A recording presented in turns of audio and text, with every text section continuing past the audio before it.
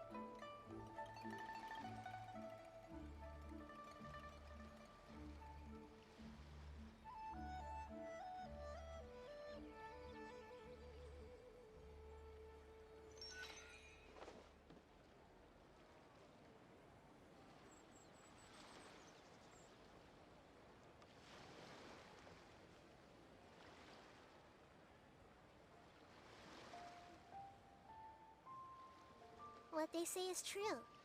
You have to see the world for yourself to appreciate how beautiful it is.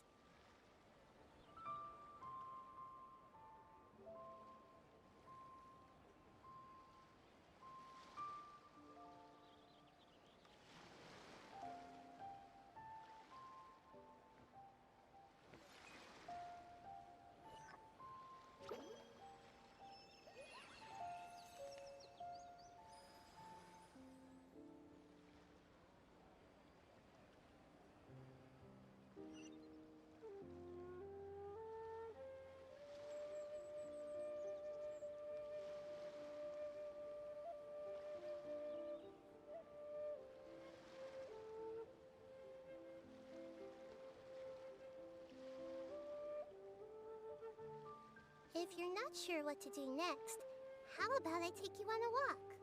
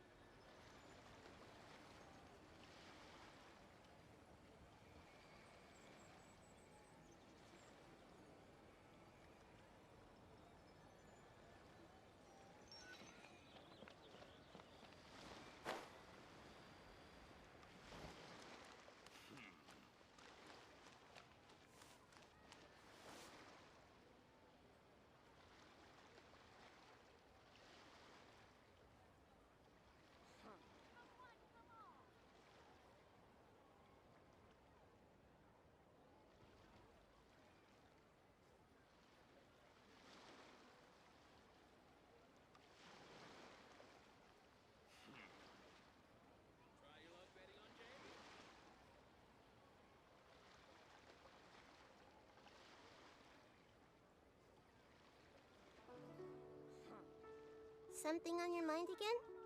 Let's work through it together. Two heads are better than one.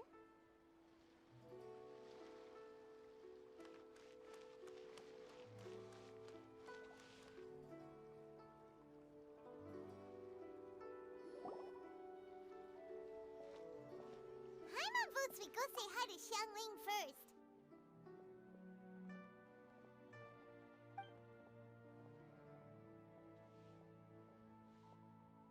Huh? Xiangling? What a pleasant surprise meeting you here!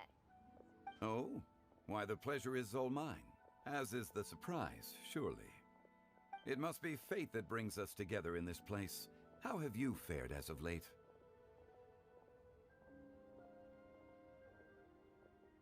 Setbacks are inevitable over the course of a long journey.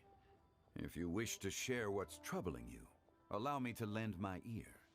There is no need to shoulder all burdens by yourself. You are too kind. So, Xiangling, are you here to listen to stories over tea again? I had originally planned to set out after this last round of tea. However,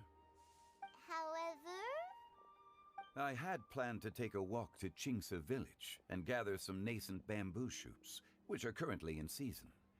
A villager there once gave me a small sample, and they possessed a most excellent flavor. Huh? Nascent bamboo shoots? Why can't you just use normal bamboo shoots instead? Wait, Paimon knows! Because Zhongli prefers the finer things in life, right? Okay, Mr. Particular, let me guess. Ahem. The nascent bamboo shoot has a uniquely tender texture and a delicate sweet taste that its normal cousin cannot match. An astute observation, Paimon. You know me well indeed. Lantern Rite is almost upon us, but besides the bamboo shoots, there are a few other items I have not yet procured from Director Hu's list. May I ask if you have already made arrangements for the days ahead? Well, we were planning to use the opportunity to say hi to some of our friends, but before we were able to figure out a schedule, we ran into you. Well then, might I invite you to imagine the sheer delight that is a soup cooked with the freshest nascent bamboo shoots in all the land. Generous cuts of pork belly and crisp, fragrant bamboo shoots placed together in the pot and left to simmer slowly for half a day. You're doing this on purpose, aren't you? Paimon's onto your plan.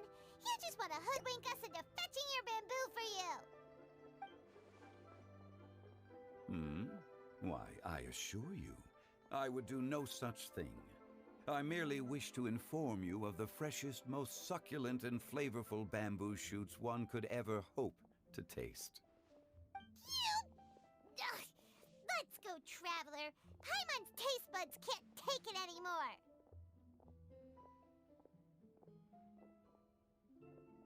Collecting a few bamboo shoots shouldn't take too long. Paimon has got to get her hands on some of that soup. Such fine specimens are indeed well worth the excursion. Very well. I shall leave the bamboo shoots to you. Should you have the good fortune to find some, please share them with me as well.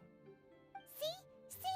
Paimon knew he was just bamboozling us. However, there is no need to rush. The streets of Liu will be bustling with visitors and filled with all manner of celebrations during the festive period. By all means, go wherever your interests lead you.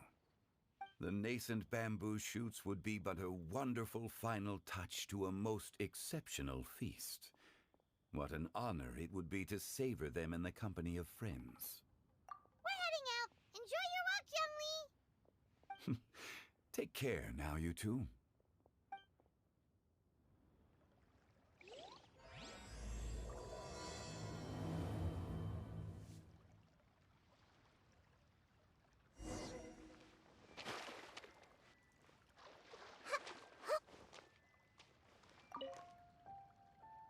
As for Director Hu's list, I shall attend to it after one last round of tea.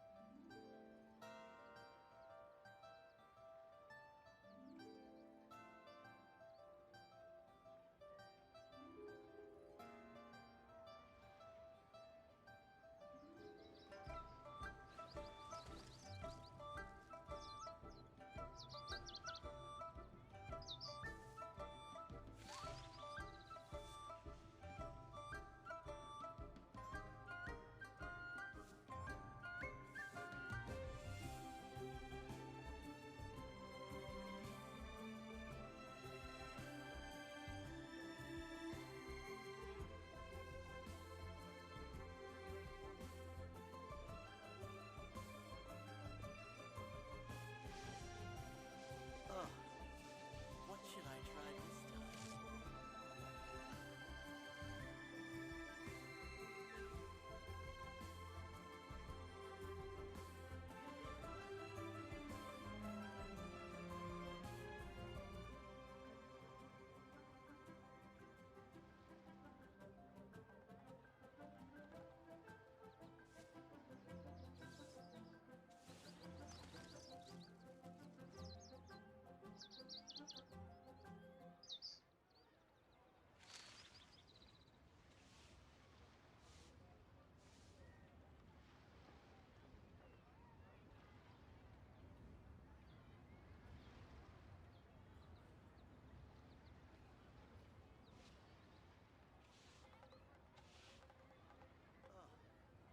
What should I try this time?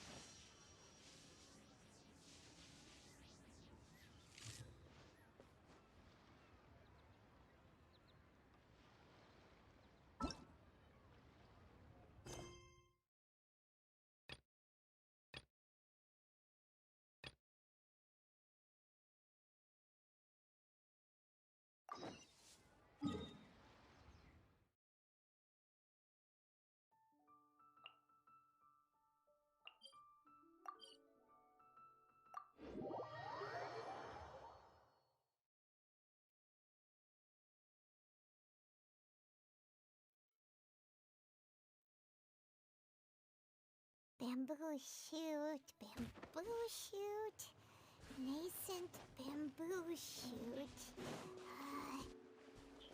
Oh, this one's only just sprouted, and it looks super fresh. Paimon thinks this is the one.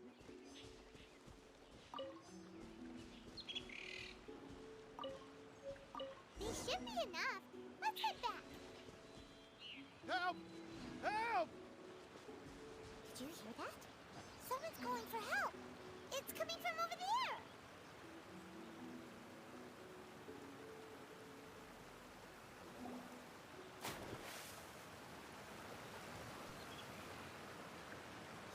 Are you okay? Did any water go down the wrong pipe?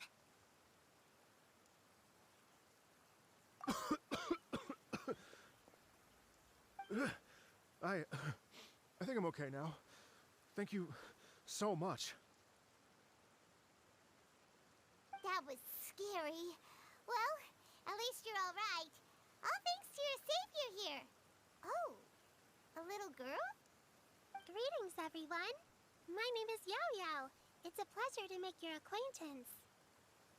Whoa, She's so well-mannered. My name's Paimon, and this is the Traveler. I'm Dvorak, a musician from Fontaine.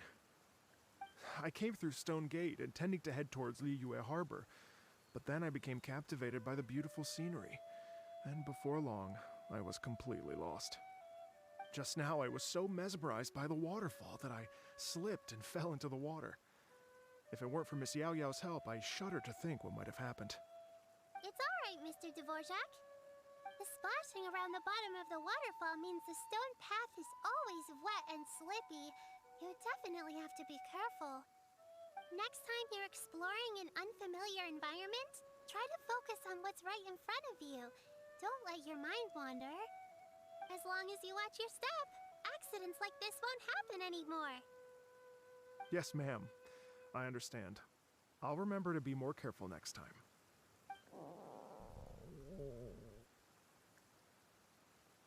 Oh, are you hungry, sir?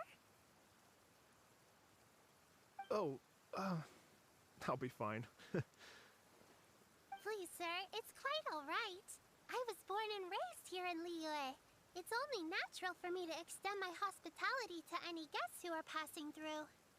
I expect you still have quite a long journey ahead of you.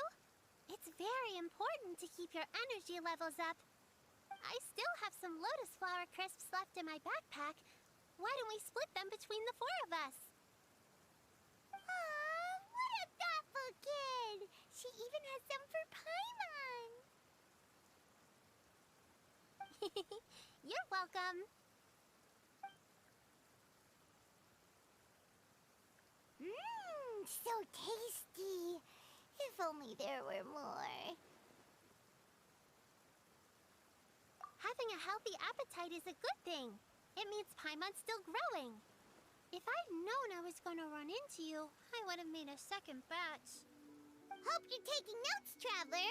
This is how you treat your Paimon. What do you think, sir? Are Liyue snacks to your taste? I wonder if they're not sweet enough. No, they're perfect. When I was traveling through Mondstadt, I had a chance to try one of their moon pies. It had a meat filling, unlike these crisps. But apart from that, it seems like they follow a similar cooking process. Both are delicious in their own way. As for Fontaine's cooking, though, it's been a long time since I've had a taste of home. Sounds like you spend a lot of time on the road, huh? I do. It's part of my job. I'm one of the main organizers of the Iridescence Tour. Iridescence Tour?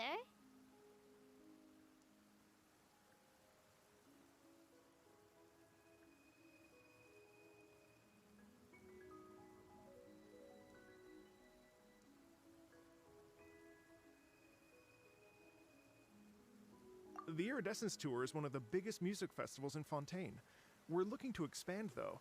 Our aim is to hold a festival in every nation. At least, all the main organizers share this goal. Unfortunately, it's a long story, so I'll spare you the details. But anyway, so the main reason I'm traveling all around Tavad is to promote our music festivals. But I have some personal reasons, too. Well, what are they? Just tell us already. Let me see. Well, to explain it in full, I'd have to start with a story from my ancestors. I don't want to take up too much of your time. Oh, I love listening to stories. We want to hear it too. Okay, then I'll start from the beginning. The story goes that my ancestor, who was also a traveler, once slipped and fell into a lake during his travels. As he was sinking and gasping for breath, he heard a wondrous tune in the air. They say it was the most beautiful, moving melody he had ever heard. Even in that life and death moment, the ethereal music seized his full attention and almost made him forget the fact that he was drowning. When he finally came to, he found that he had already been brought ashore. Not too far from him stood an unfamiliar woman with an almost divine aura. once she saw that he was no longer in danger, she left without a word. My ancestor tried to run after her to give his thanks, but although a mere dozen paces separated them, no matter how quickly he gave chase, he drew no closer and remained a dozen paces behind. In the end, all he could do was to bow in thanks to the woman as he watched her walk away towards the rivers and mountains in the distance, before at last he turned around and made his way home. Once he returned to Fontaine, he began to learn an instrument so that he could spread his story far and wide, just like the bards. After generations of retelling, embellishing, and dramatizing, people have come to think of that lady as something like a fairy. The story's become something of a local legend in Fontaine. It's called the Lady Overlooking the Lake. People now say that if you go down to the lakeside and play an instrument, so long as you play a pleasing melody, you will hear a fairy lady who is hiding out of sight, playing along with you. Wow! Exactly. It may just be a legend to others, but for me, it's a real part of my family history. I wanted to find out the truth of this tale, so I decided to retrace my ancestors' steps and search for that lady's modern-day descendants. Of course, there's no way of knowing where my ancestor fell into the lake all those years ago, so I always knew that the search would be akin to looking for a needle in a haystack. I've spent many years on the road now, and I'm nowhere near as fit as I was in my youth. The wish that I've spent half my life chasing after has now become something of an obsession. Well, I haven't lived half of my life yet, but still, I understand how you must feel. Paimon too! It's like... imagine if you saved the center of a lotus flower crisp, which is the best part, by the way, because you wanted to eat it another day, but then suddenly, sploosh! It falls into the water, never to be seen again! Paimon would definitely remember that for the rest of her life. There's no need to feel sorry for me. I've made some progress over the years. For example, I've concluded that the story must have taken place in Liyue. Oh, so you finally found a lead? Yes, in fact, that's an intriguing story in and of itself. I'd always known that Mondstadt is the city of song and freedom, but more recently, I heard that the Anemo Archon returned to Mondstadt for a festival in the fall, and learned that he himself is a patron deity of music. So I prayed for the Anemo Archon's guidance in the Mondstadt Cathedral, and as soon as I set foot back outside the front gate, I noticed a cluster of leaves being blown in the wind further and further west, towards Stone Gate. A friendly local told me that this meant the wind was guiding me in the direction of Liyue, so I followed their advice and made my way here. Right? You get it. I knew I'd find someone that agrees with me eventually. Are you sure? It sounds a bit too much like one of those fake legends told by those treasure hoarder guys to scam gullible grannies from Jingsa Village. Rex Lapis has returned to the world! Just give me some incense and a little mora towards the travel fees, and I will pass your gift on to the Lord of Geo, and ask him to keep you and your family safe and well. And so on and so on. Don't worry, Yao Yao. We have a lot of experience with deciphering omens and stuff. And anyway, you only got scammed if you handed over Mora, right? Actually, to express my gratitude, I did spend rather a lot of mora on several bottles of fine wine, which I left at the Statues of the Seven along the way. Oh dear. Well, how about this, ladies and gentlemen? Why don't I bring you all to Yujing Terrace to see Miss Ganyu? I don't know very many people, so I can't help you out much. But Miss Ganyu and the Qixing know just about everything. If you've been scammed, they'll help you get your Mora back. And if the wind was telling the truth, and you want to keep looking for that lady's family, they'll be the best people to ask. But you've already helped me so much. Well, I was gonna take some new medicinal herbs and plants I picked to Miss Ganyu anyway, so it's no trouble at all. You know what? It's been a minute since we saw Ganyu too. It should be nice to pay her a visit before Lantern, right? All right, well, my sincere thanks to you all. I will never forget your kindness. Okay, everyone. Please follow me. I'll be your guide. Remember to watch where you're going, okay? Uh-oh. Paimon's out of a job! Oh well. Paimon will just be a cheerleader instead.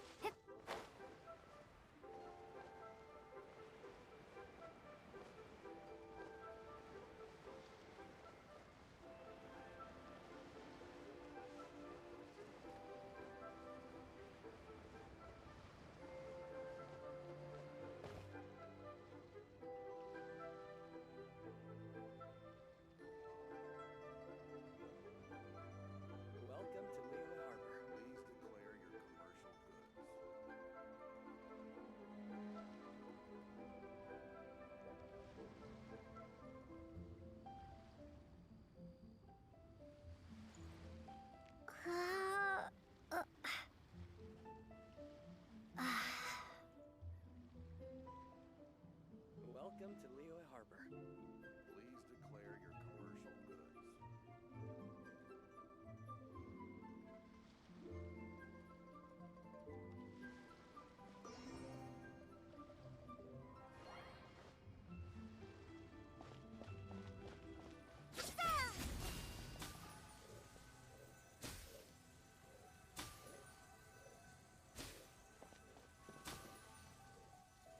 Please declare your commercial goods. Please declare your commercial goods.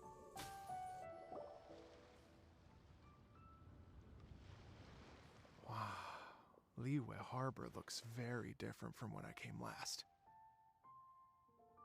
It's almost as if I'm listening to the same melody, but with a richer timbre and new variations added. Well, we are here during Lantern Ride after all. It only comes once a year, so they always have a big celebration. It's fair to say that this time of year is when Liyue Harbor looks the prettiest. Great, let's go and check it out. I can't wait to get into the city and see it all up close for myself.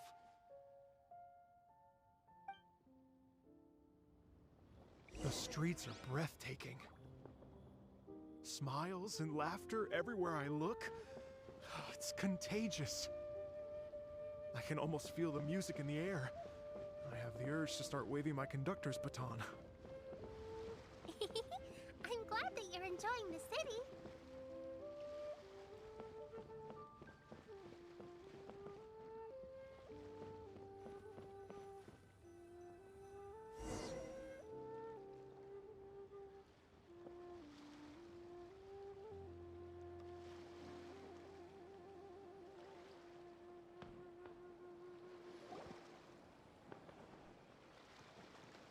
Hey everyone! Fancy meeting you all here. What a nice surprise. Hello, Xinyan. Let me introduce some new friends. They are... Traveler, Paimon, and Mr. Dvorak, right? I've known them all for quite a while. When I was last here to advertise a Liyue stop for the Iridescence Tour, Xinyan was one of the few people willing to give me the time of day.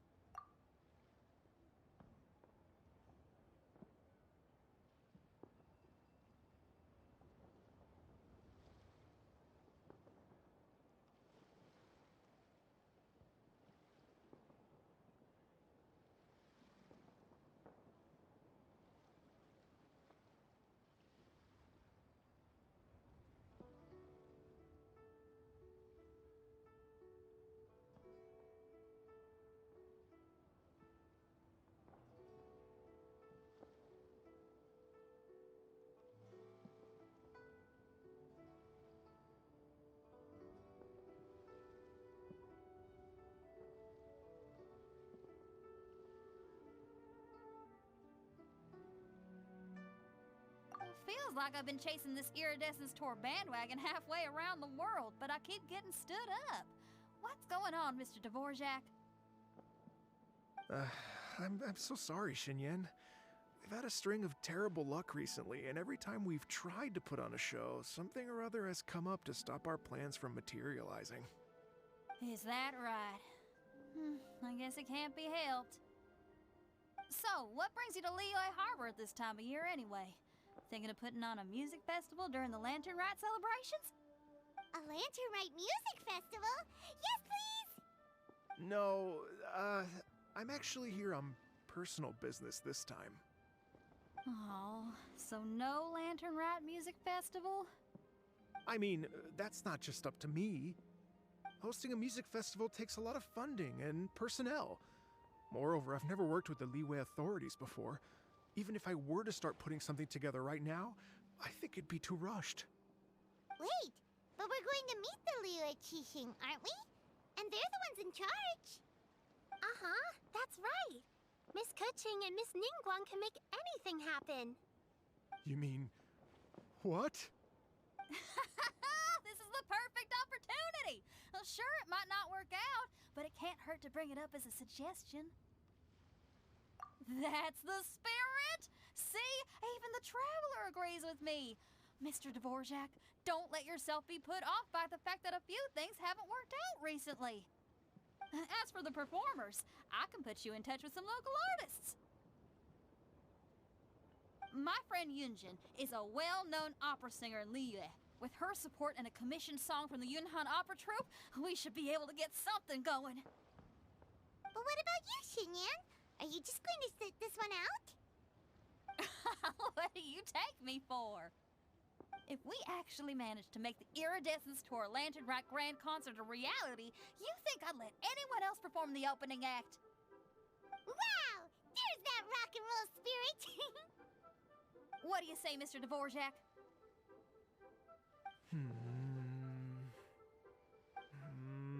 Okay. I'll give it a shot. But the opening act is not something to be chosen lightly, Xinyan. I will judge your work by the strictest of standards, so please make sure you are fully prepared. Are you kidding? I thought you'd never ask. Whew, guess my shopping time's getting cut short. I'm gonna head back right away and start working on this. Yao Yao, if you run into your senior on the way to the Qixing, please send her my regards. Okay, I promise I will. Good luck with your music, Xinyan. You've got this, Xinyan! So about the senior of yours Xinyan mentioned just now. Is that anyone we know? Yes, it's Xiangling. She's mentioned you two before. Xiangling's always thinking about cooking. Whenever she gets scrapes or burns, she just leaves them to heal by themselves. She definitely needs someone around her to look after her. I know you must have looked out for her a lot too in the time you've known her. So, thank you for that.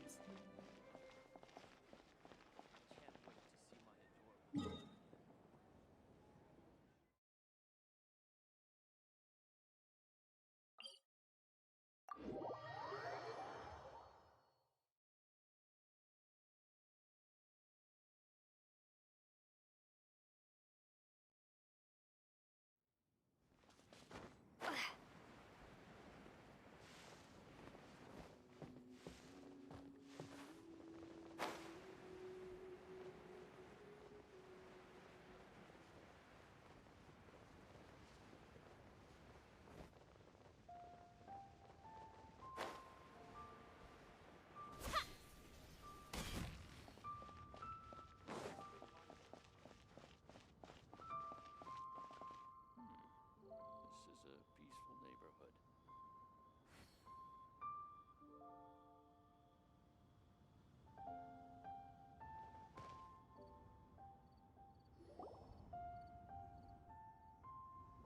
Oh, it's Master!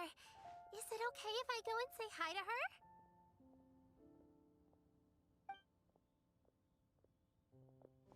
Oh, calm down now, dear. I'm not about to run off anywhere. I'm not a bundle of energy like you. I haven't seen you in days,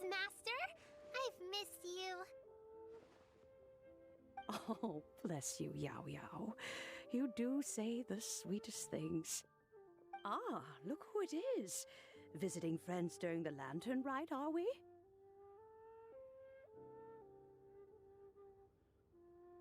You're half right, Madam Ping.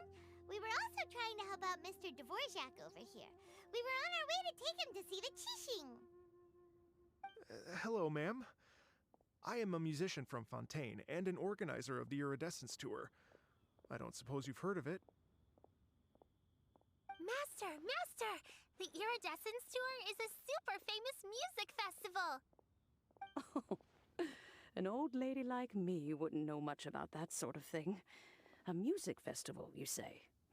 It sounds terribly exciting.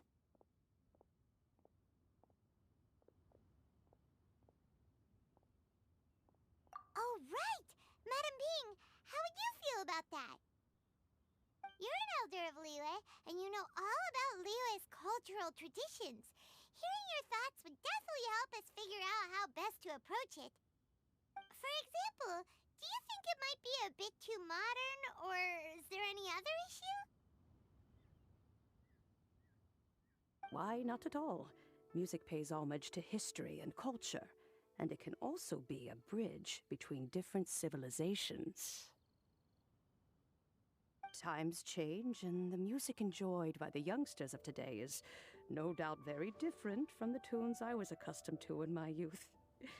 Nevertheless, all fine things in life can be appreciated. And so, I look forward to it immensely. Hear, hear. I do believe that, my own dear grandmother aside, you are the wisest old lady I've ever met. Goodness gracious! You're all being suspiciously sweet today. Yao Yao, whatever have you been feeding them?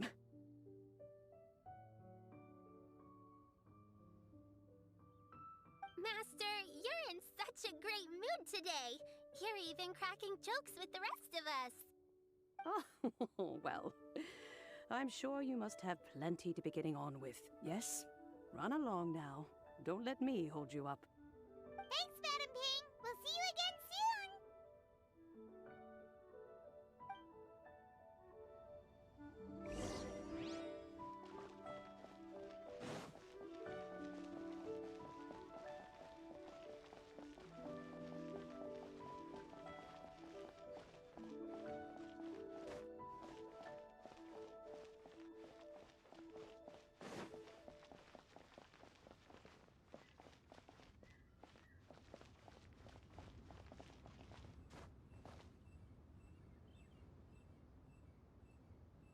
While the Millelith stands guard, evil shall never prevail.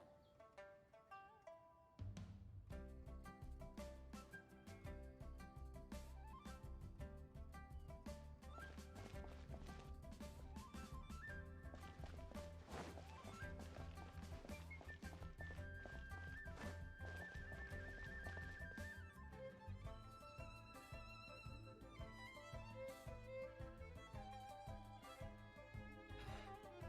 darken, eternally glow, still the moon from chamber rose. And when you meet with the Ministry of Civil Affairs, please remind them that the festivities are not an excuse to procrastinate their work. Understood, Miss Ganyu. I'll take my leave now.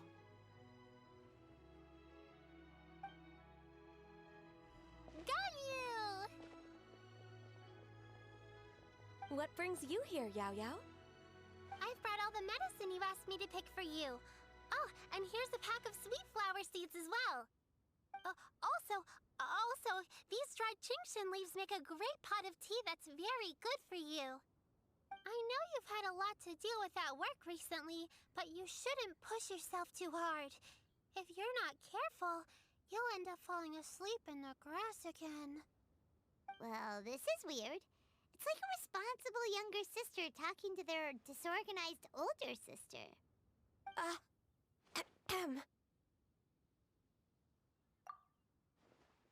Thank you, but Paimon's criticism is quite valid. I do have a tendency to neglect matters outside of work, and that's something I should improve on. Oh, my apologies. I don't believe we've been introduced. Ah, Paimon will do the honors.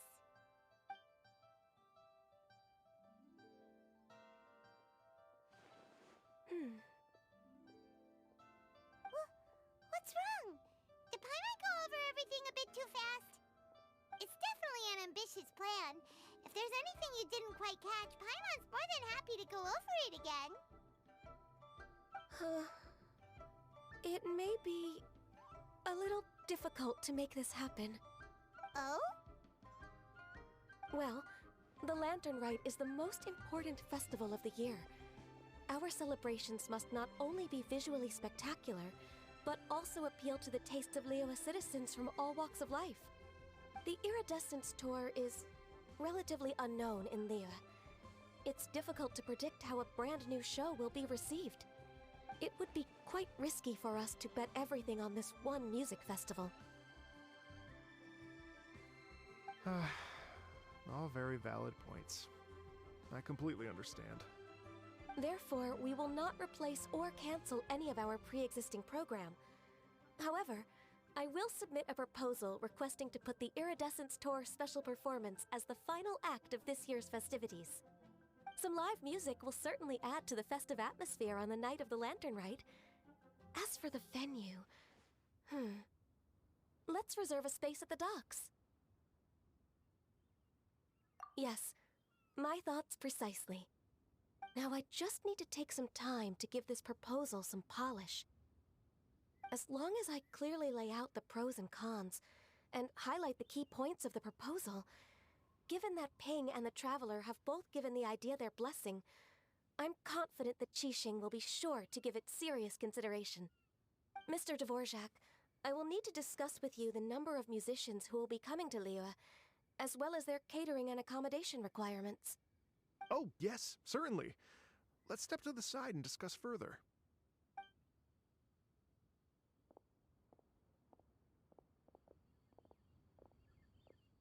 As soon as there's work to do, Ganyu's as diligent as ever. I couldn't agree more. Master once said that everyone has things that they are good at and things that they are less good at. So, with that in mind, Ganyu shouldn't feel compelled to become perfect at absolutely everything. I'm good at taking care of people, so that can be left to me. Wow. Hey, Yo-Yo, can you take care of Paimon too? Paimon's getting hungry again. I'm afraid my backpack's empty now, but if you let me know what you like, I can bring you some of your favorite dishes next time we meet. Apart from lotus flower crisps, what else do you like? Anything sweet, and anything that's made from slimes.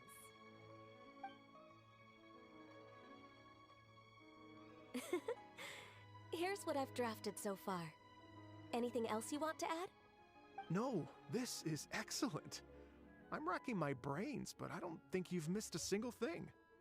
Perfect. Then we'll leave it as is. I'll go make an official copy. Oh, perfect timing. We were just wrapping up our discussion here. Not at all. Every second counts for a complex proposal such as this. I will inform the Qixing of this development immediately. Please give me a moment to pass on the message. Yao Yao, thank you for bringing my herbs. I will make sure to take them. Remember to make tea from them first, Ganyu. You mustn't just chew them raw. I will. Okay, I should be getting back. If Yao-Yao stays out for too long, Mom and Dad will be worried sick. Everyone, I'm sure that the music festival will go off without a hitch, so don't worry.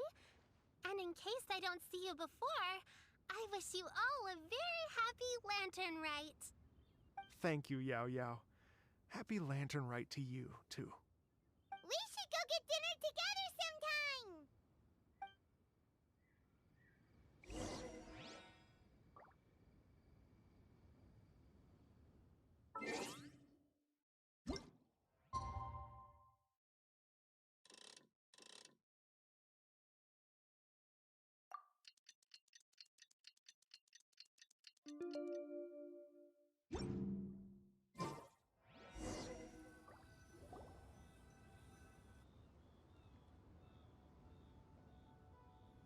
Greetings, Traveler, Paimon, and Mr. Dvorak.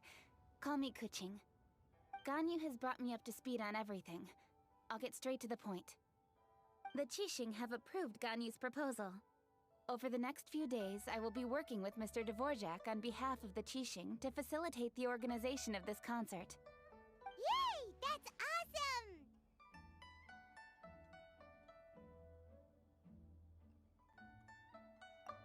Please. The Qixing have a duty to deal with matters such as these. We have merely moved things forward to the next step. On a more personal note, I am an avid supporter of all things new and innovative. As such, it is my privilege to work with you on this exciting project.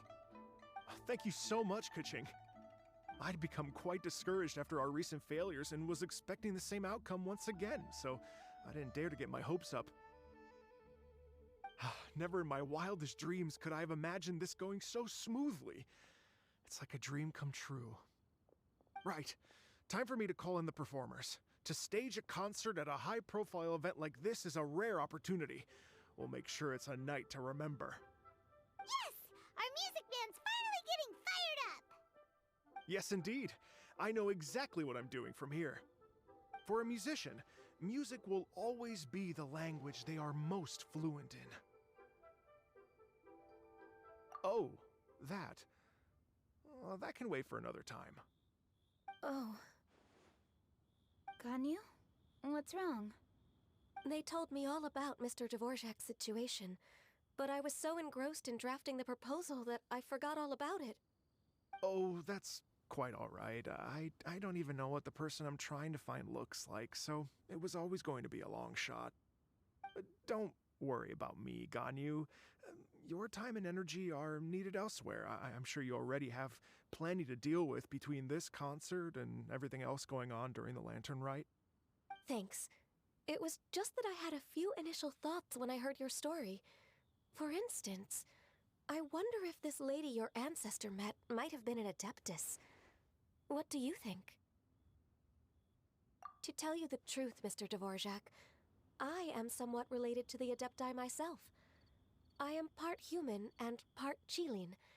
The Qilin is an illuminated beast. I know how important your quest to get in touch with your roots must be to you, because I've been there myself before, trying to find out where I belonged. Did you say the Adepti? And you're illuminated beast? Part Qilin? Are you telling me all the rumors of the Liyue Adepti are real? So it's not just artistic license? You bet they're real! Trying to track them down is tough, though. Like Julian Karst itself. There's nothing specifically stopping you from going there, but getting in and out of there is quite an ordeal. Yes. Anyway, if you're looking to uncover a lost melody or shine light on a forgotten aspect of Liyue's cultural history, I'm probably not the best person to ask. But if it's a person you're looking for, then I just might be able to help. I see. I think I understand the situation now. In that case, Ganyu, shall we divide the work between us? Yes, that was also my thought. Great. So Mr. Dvorak and I will concentrate on things here in the city to make sure the concert goes according to plan. In the meantime, Ganyu will reach out to our network and try to find the person he's looking for. How's your workload at the moment? Will you be able to make time? I can probably get through everything in 2 days, as long as I don't sleep. Wait, what do you mean as long as I don't sleep? Even for someone with illuminated beast blood in their veins, working for such an extended period without a break will take its toll on your health. Somehow that does not sound persuasive coming from Kuching. Be it but 3 moons from the start, he who returns is not he that departs. Even I know the importance of maintaining a healthy work-life balance. In that case, 3 days. All right, I can work with that. If you have the time, would you join me for this search?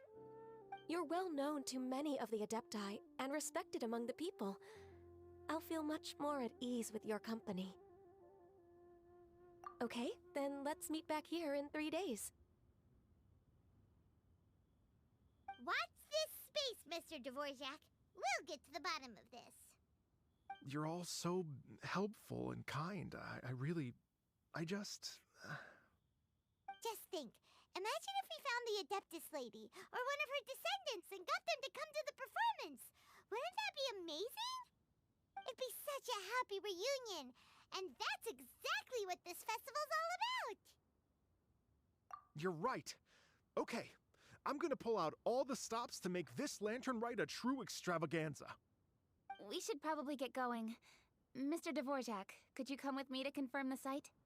Ooh, we're coming too!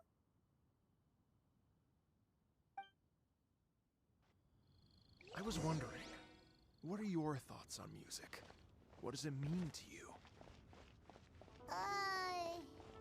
Music sounds nice?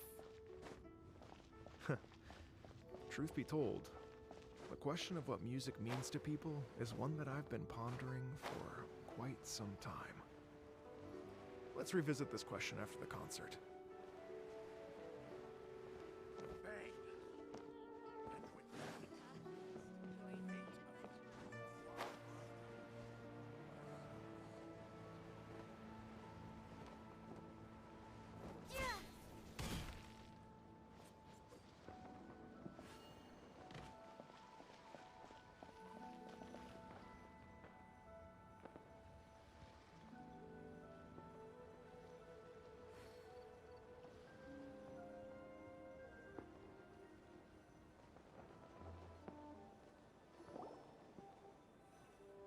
And with that, Lady Yuhang? Baiwen, what is it? Per Lady Ningguang's orders, I've been gathering intelligence outside of the city with the goal of uncovering and dispatching any trouble ahead of the festival. I am told that a strange melody was heard somewhere along the coast. I was wary of investigating further on my own, so I was just on my way to report this incident to Lady Ningguang. But I'm worried that if we don't act right away, we may miss the window of opportunity to take appropriate action. I understand. In that case, Yeah, Kuching, you're busy enough as it is. There's a ton of different things in the city that needs your attention. Leave it to us. Don't worry. Whatever it is, we'll definitely be able to handle it. Well, she will handle it. With the Traveler on the case, it's as good as dealt with. Thank you. This will be a great help. I will inform Lady Ningguang about the situation. Once it's resolved, please come and find me again at Yujing Terrace and let me know. Will do. And say hi to Ningguang for us. you have my thanks too. Stay safe and come back as soon as you're finished. Good luck.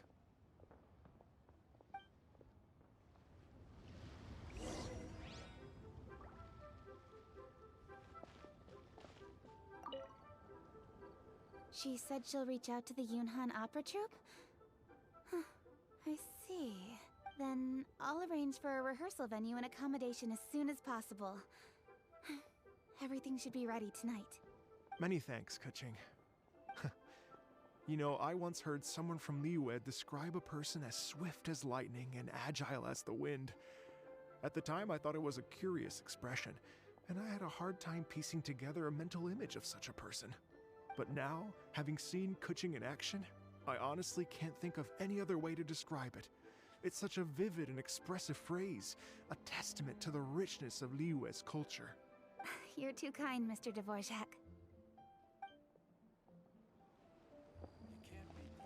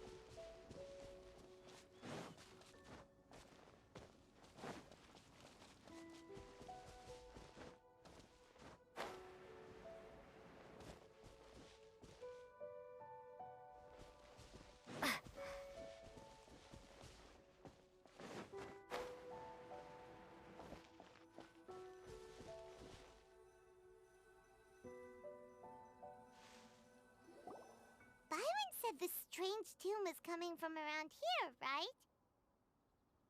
But Paimon doesn't hear anything. There doesn't seem to be a soul in... I was just wondering who in their right mind would come out to a place like this. So, it's you two. Yeon! How'd you sneak up on us like that? You nearly gave Paimon a heart attack! You look pretty alive to me. Can't have spooked you that bad. Fair enough. Ah, you're here for that too? Saves me a bit of explaining. Come with me. I've already reconned the perimeter, so we should be safe.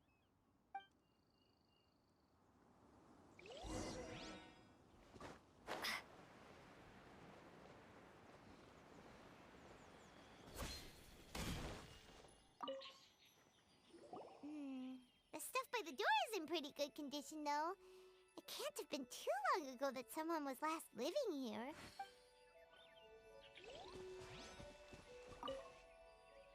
This place is completely empty. There's nothing valuable left here at all.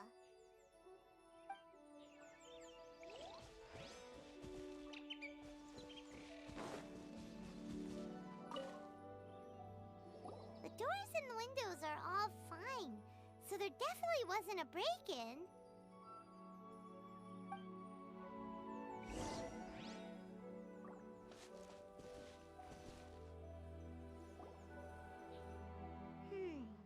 How strange.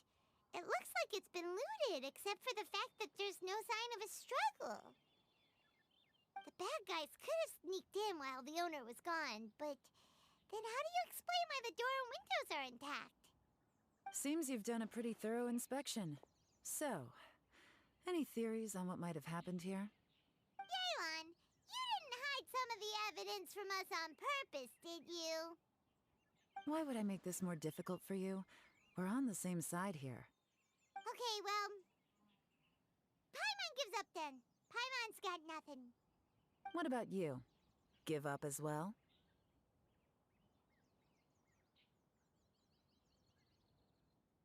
Yep. It's not obvious at first sight, that's for sure. To be honest, I was only able to put it all together because of some background knowledge about this area. A long time ago, there used to be a group of bandits in the Liyue countryside who would sound a horn every time they were about to raid a village. But it wasn't a rallying cry to rouse their fellow men. It was a disconcerting tune, meant to intimidate the weak and warn them of their impending doom. To escape with their lives, the villagers would abandon their homes and flee overnight, taking only their most valuable belongings with them. Everything else was left behind. The bandits were eventually brought to justice, but the fear and trauma remained in the villagers' hearts. Whenever they heard that melody, they would feel like their lives were in danger once again, and flee immediately. The culprit of this crime exploited that very fear to get access to this house without having to force their way in. That's quite the story. The victims obviously will have gotten quite a fright, but at least they won't be in any great danger.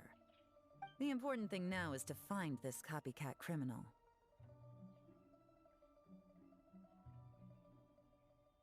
On any other day, that'd probably be a good idea. Unfortunately, it's not gonna work today. Take a look around and you'll see what I mean. This criminal is clearly well-versed both in using music to commit crimes and in making a clean getaway. Not only did they stay off the muddy road to avoid leaving footprints, it looks like they were also careful not to bring any gadgets with so much as a trace of elemental energy. Evidently, they were intent on keeping even the most experienced investigators off their trail. Unfortunately for them, I'm one of the best trackers in the business. They're not about to get away with their little scheme on my watch. So basically, if we want to find the culprit, we just need to follow Yeon.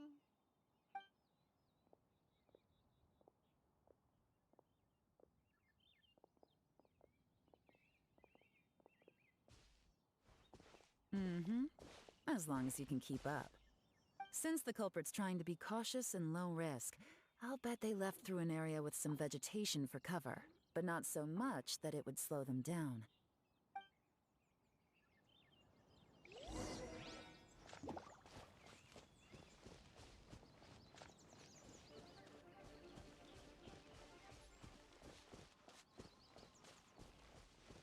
Look at this. These tracks are superficial, but they definitely didn't occur naturally. Something heavy was being dragged this way, meaning we're headed in the right direction.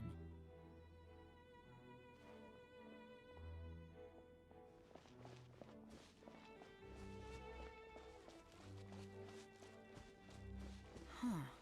Their pace is increased. Normally, people carrying a heavy load slow down as their journey goes on and they start to tire.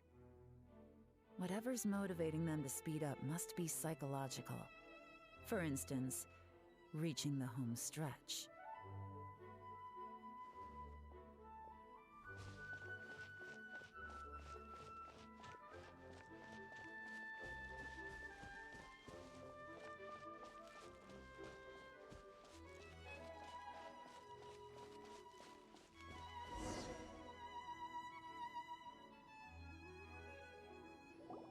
There they are! Look!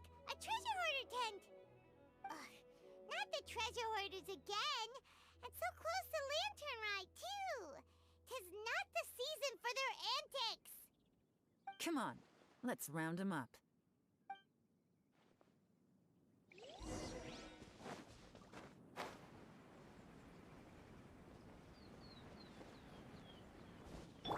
There is no escape!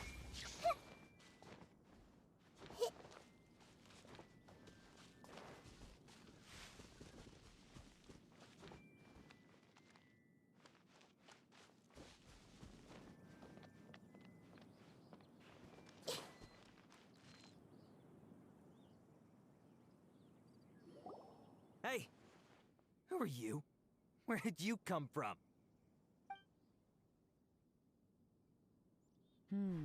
The evidence is conclusive. Okay, confess and we'll go easy on you. My patience is running low, so why don't you do us both a favor, You kidding me? You think I'm scared of you? Perhaps not, but you should be.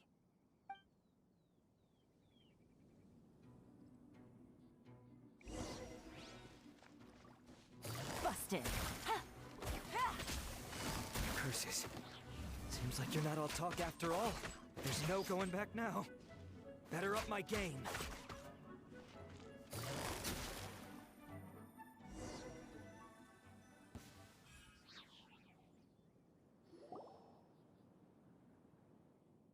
Mercy! Have mercy!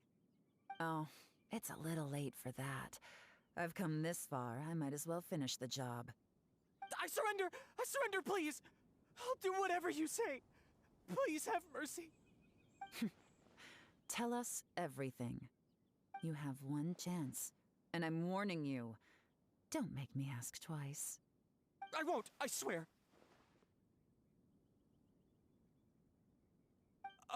You know, so Lantern Right's nearly here, and like a lot of people, I wanted to buy a few nice things. I know I'm with the treasure hoarders and everything, but I don't really have any kind of experience with robbing people and whatnot. So I don't have the guts to break into somebody's house. Wow, you're really going to complain to us about that? No, not at all. I'm just telling it how it is. Okay, continue. I racked my brains trying to think of what I could do, and eventually, I remembered something from back when I was a kid. The bandits would blow their horn, and my grandma would grab us kids and run.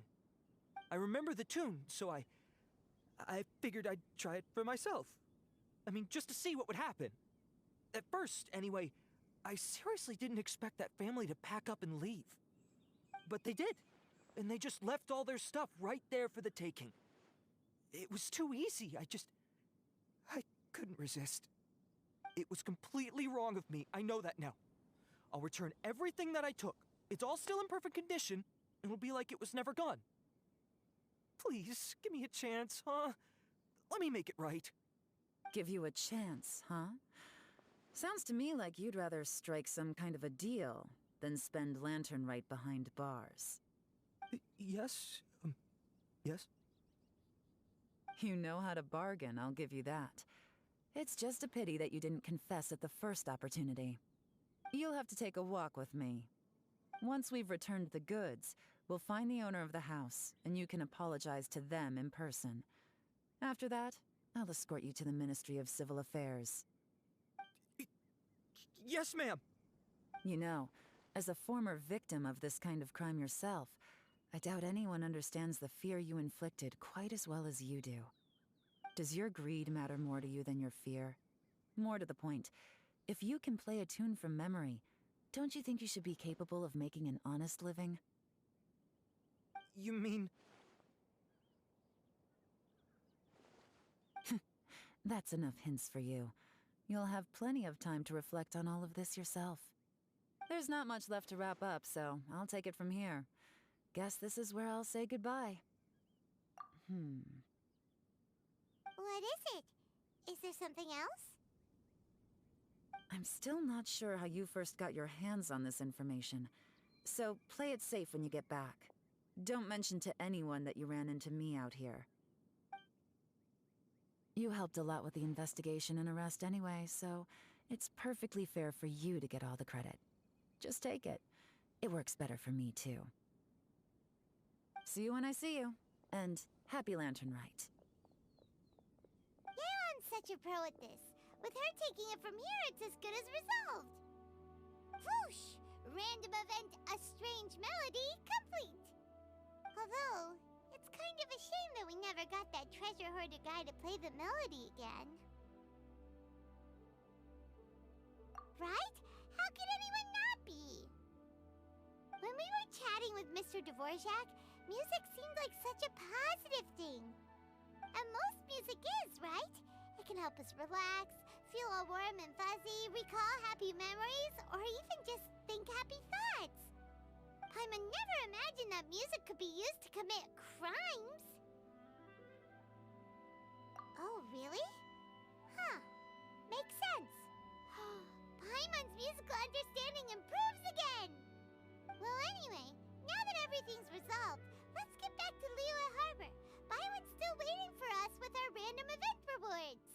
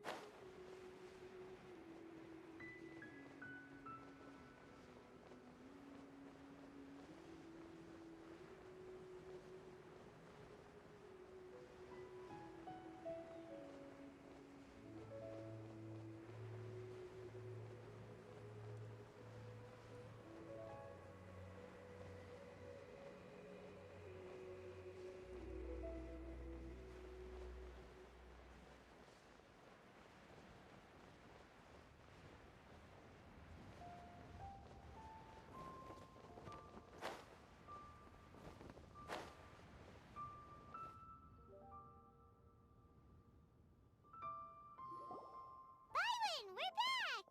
Everything's all sorted! That's great news! Oh, please wait here a moment if you would be so kind. Lady Ningguang instructed me to advise her upon your return.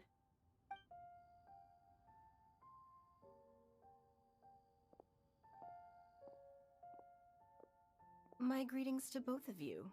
Long time no see. No need to be so formal with us, Ningguang.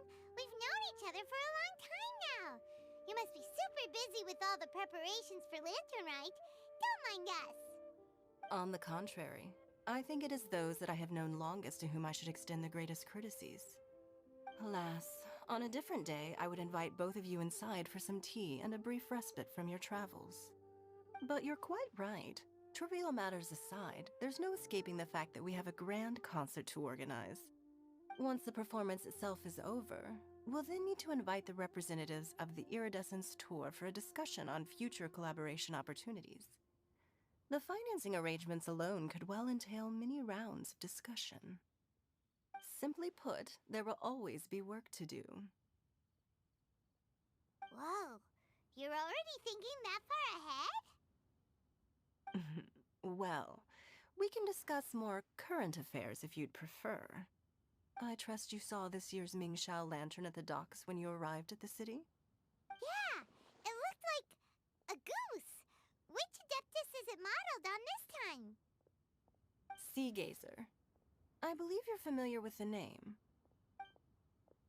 Legend holds that he was free-spirited and easygoing. People described him as a cheerful soul and a loyal friend. On this marvelous lantern rite, we pray that the fallen heroes may be guided home. If the sound of music can flow like the rivers and streams into every corner of the land, perhaps the souls of those who have gone before us will hear the song of a new era. I wondered whether the melodies will be to their liking. Oh, they're gonna love them. Paimon's sure of it. At least, if the guy you mentioned is anything to go by, the Adepti and heroes of the past sound like a positive and free-spirited, cheerful bunch. They're sure to be open to new music. Well, let's hope so. I heard that you'll be going on a search with Ganyu to find the descendants of a fairy lady from a Fontaine legend. I'm sure this quest to uncover the truth behind an ancient story will turn into a most charming tale. Do share it with me, won't you? I couldn't bear to miss out.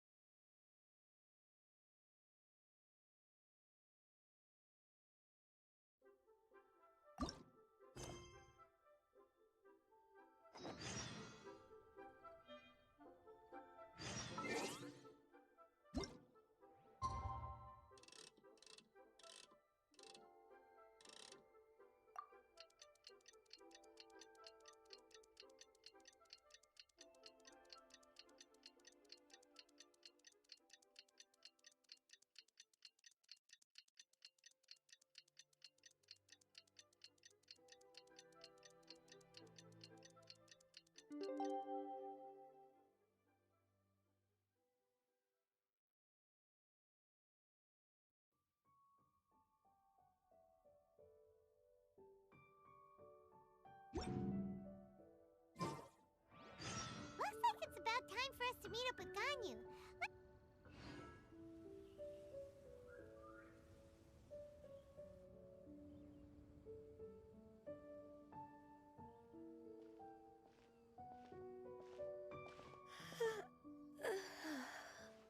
Greetings, Traveler and Paimon. What time is it? Are you okay, Ganyu? You were nodding off there. Didn't you sleep well last night? I'm fine. Don't worry about me. Let's discuss the matter at hand. Since last time, I've been thinking a lot about the story Paimon told me. In essence, someone rescued a drowning man and performed some music. If that were all there was to it, it could have been many people, human or Adeptus. But the tune was allegedly so wonderful that the drowning man forgot about everything else, even his own impending death, and only came to his senses after being brought to shore. Perhaps there was an adeptal power at work in that music that he, as a mortal, could not perceive. Or perhaps he sensed a power surrounding him but lacked the words to describe it, not knowing where it came from. Either way, if this part of the story is true, then the rescuer has to have been an adeptus. You really think so? But this story is all the way from Fontaine. Isn't this a bit of a long shot? Also, Paimon's really curious about how people from Fontaine think this fairy lady looked.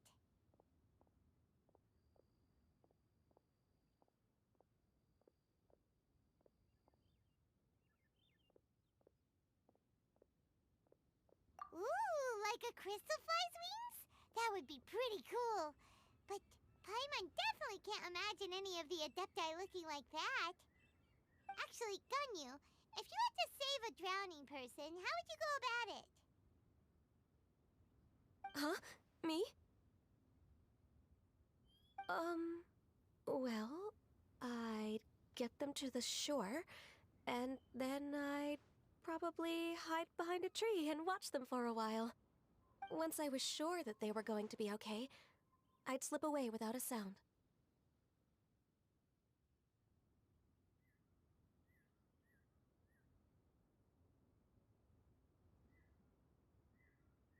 Got it. So basically, Ganyu's the type of person who doesn't like taking credit for her good deeds. No, it's not like that. I'm just not very good at explaining things. And I also find it really awkward accepting other people's gratitude. Well, what if this Adeptus in the story had a similar attitude? That would explain why she just left without saying a word. She was probably thinking something like, one was merely passing by and saw fit to address this egregious disruption to one's graceful zithering at once. You may keep your thanks to yourself. That was actually a very good impression of Cloud Retainer, Paimon. As far as I'm aware, Cloud Retainer isn't the most musically gifted. Still, we can't completely rule her out just yet. If we set off now, we could head to Mount Outsung and ask her about it. You'll be able to confirm either way if it's her, and I can, I've been in Lea Harbor for so long now that I'm just not as familiar with the Adepti anymore. If there's anything we want to know about them, she's the best person to ask. Sounds great! And we're pretty close with Cloud Retainer by now, so we probably don't even need to bring her food this time, right? I've prepared a gift for her to mark the festival, just in case. However, Cloud Retainer spends most of her days studying mechanisms in her abode. She's on her own so much of the time that the moment she has someone to chat with, she just... Never mind. I promised I'd help Mr. Dvorak, and now that I've made the contract, I can't be having second thoughts. Traveler, Paimon, let's set off for Cloud Retainer's abode. Seems like this is a tough decision for Ganyu, but she's made up her mind now. Paimon gets why she'd be so anxious. Okay, how about this? If Cloud Retainer tries to start telling stories about her again this year, we should pipe up and change the topic. Wait, did she leave already?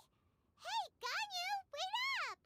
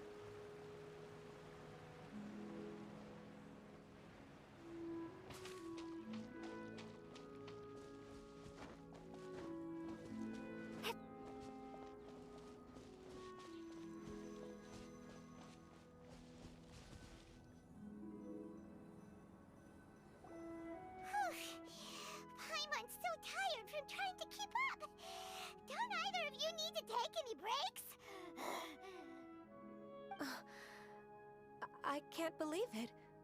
Cloud Retainer is not here. Huh? Did we miss her?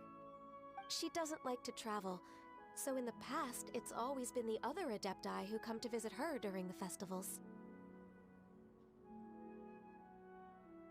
True. Now that I think about it, Cloud Retainer would be quite capable of taking care of anything on her own. There's no need to worry about her. Since she's not here, I guess the next step is to check all the other Adepti abodes, one by one. Uh-oh. Will it involve a lot more traveling?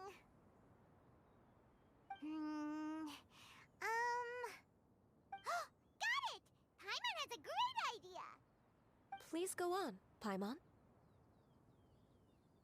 Our goal here is to find the Adeptus that helped Dvorak's ancestor, right? We can't hear any music right now, but if she's really as nice as the story suggests, she'd definitely come to help anyone who was drowning, right? Yes, I think that's fair to say. So, all we have to do is get the Traveler to pretend to fall into the water, and the Adeptus will come to the rescue!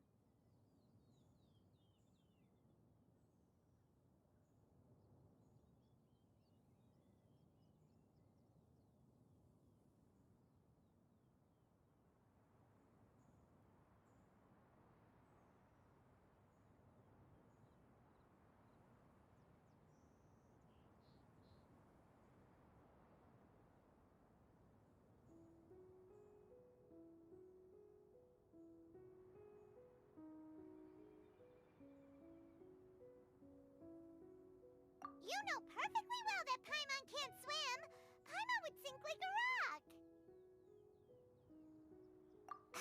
Just trust Paimon! The water's pretty deep over there! Quick, swim to the very center!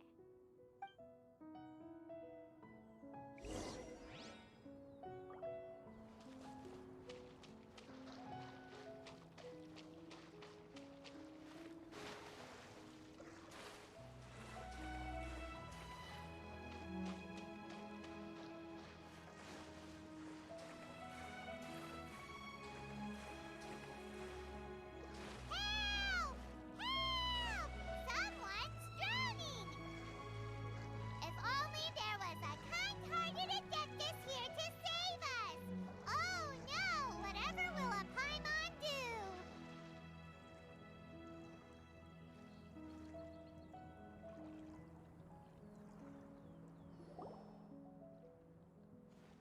What is going on?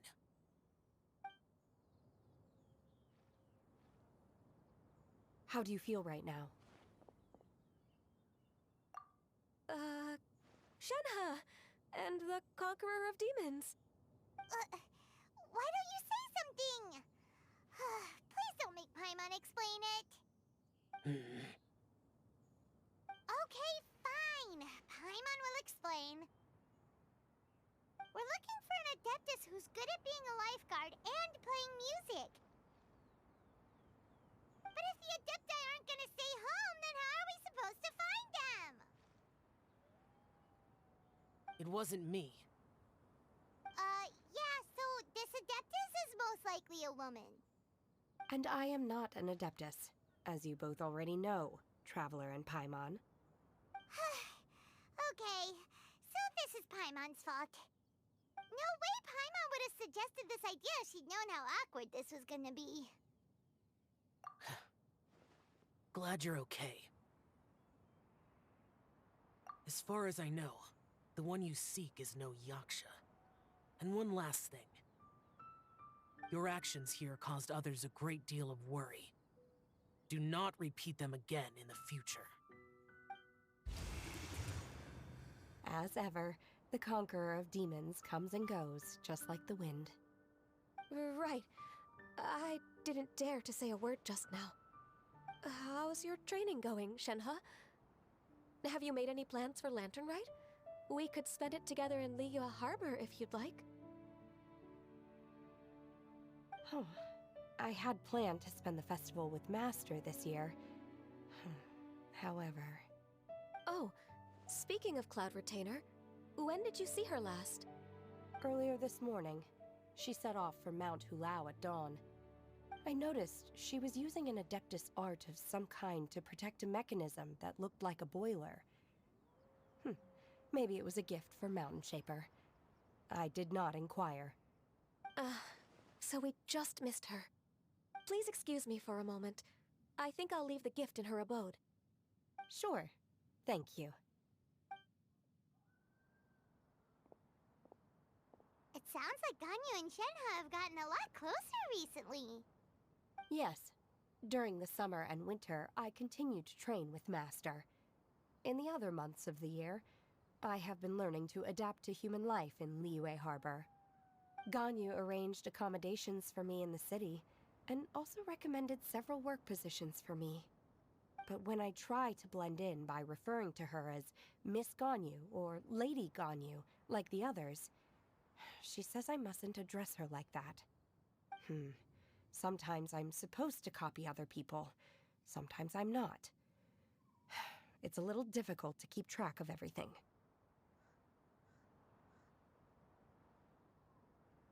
Oh, is that what it is? Noted. So, you came looking for Master today because you wanted to ask her about the Mystery Adeptus. Is that right? Yep. Oh, speaking of that, have you ever heard any music while out training in the mountains? Music? What is that? It's... a kind of a happy or relaxing sound. Or, a nerve-wracking sound. Or even a terrifying one. Okay, I'm done. I also left her a note so that she knows where to find us. We won't miss her again. Yay! That's really helpful, thanks! We were just talking about this thing called music, and based on Paimon's description, I do believe I hear it every day. Please follow me. Oh, really? Great, let's go!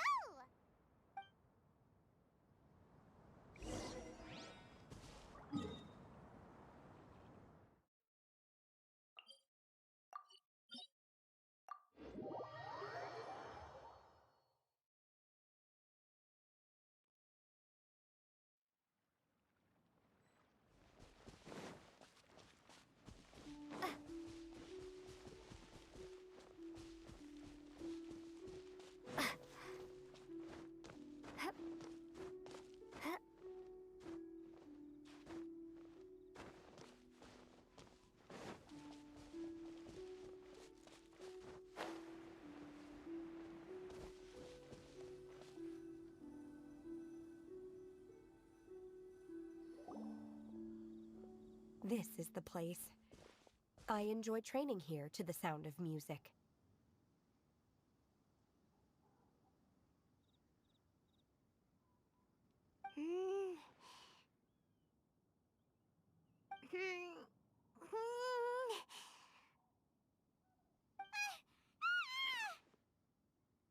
Oh no! Paimon's gone deaf! Paimon can't hear anything! Oh, whew! Paimon hasn't gone deaf after all! Paimon heard you when you just spoke. Anyway, where is this music? The faint sound of birdsong, the quiet murmur of the streams. These are relaxing sounds. Are they not the music of which you speak? Oh, Paimon wasn't quite done with the description. Okay, fine, it's all Paimon's fault. What we're looking for are not the sounds of nature, but melodies played on special instruments. And a melody is?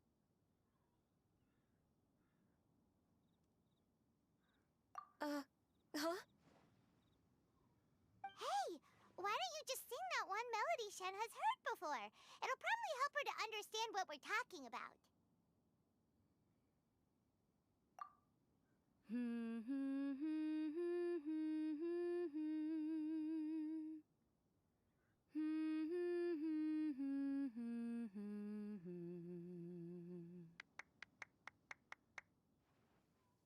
Oh, was that from the opera that Yunjin sang? Mm-hmm. That was a melody, and melodies can be called music. It felt like I was transported back to the past. In my mind's eye, I could see the Zhao lanterns lighting up the night sky again. We're all there, raising our glasses and drinking to our heart's content on the Jade Chamber. As I watched Yunjin's performance, I felt a warm sensation in my heart. And as the drink reached my stomach, it went from warm to hot. When you hummed that melody just now, feelings from a whole year ago came right back to me, as strong as they were on that day. So that's the power of music. Wow, Shenhe. That was so deep! Music definitely has the power to bring up memories. It's like a time capsule with all the special moments from our lives squished inside. What about you, Ganyu? Are there any melodies that have left a deep impression on you? I don't remember if my parents ever sang any lullabies to me. I know some local folk songs, and a few other things come to mind too. The songs of the sailors down at the docks, the little ditties that the vendors call out in front of their beloved shops, the tunes of folk artists performing on the streets. Yes, that's right. In the past, whenever I heard the sound of those tunes, I always felt that they were worlds apart from me. Nenny and Liyue probably view me as a non-human, and they are right, in the sense that I never could connect with humans' artistic expression and their sentiments. So I haven't been able to integrate into their community and be a part of their lives. At least, that's the view I held in the past. Only more recently did I start to realize that the only barriers are ones that I have erected with my imagination. The way those melodies make me feel isn't all that different from other people after all. They're about mundane details of everyday existence. Life's ups and downs, joys and sorrows. Even though we come from different backgrounds and have different stories to tell, when it comes down to the most common things that we see and experience around us each day in the city, in that sense, we're all the same. You go, Ganyu! You're really making progress. You have loads of friends in Liyue Harbor when you think about it. Like, okay, maybe some are more like coworkers and bosses. But at the very least, Keqing and Shenhe are your friends now, right? Yes, I am. Technically speaking, we should refer to each other by the conventional forms of address used among fellow disciples. But now that I know what constitutes a friendship, I do believe we are more friends than co-disciples. Thank you, everyone. Once the days are warmer, I would like to host you at my home in the city. Please invite Keqing as well. I've planted many types of flowers. I'm sure some of them will be to your taste. You are too kind. I couldn't possibly. Nonsense. You are my friend. I have cultivated and cared for the flowers just as you taught me. Once you've seen them for yourself, I am sure you can advise me how to do an even better job next time. I will save some for decoration. We can feast on the rest. Then, thank you in advance. Wait, what is that saying again? If you insist? Do people say that? I'm not completely sure either. It doesn't matter, okay? You got the point across. No need to split hairs. Paimon's more concerned about your idea of a girls' night out. Eating flowers? Really? Does this have anything to do with you both being the disciples of that illuminated bird?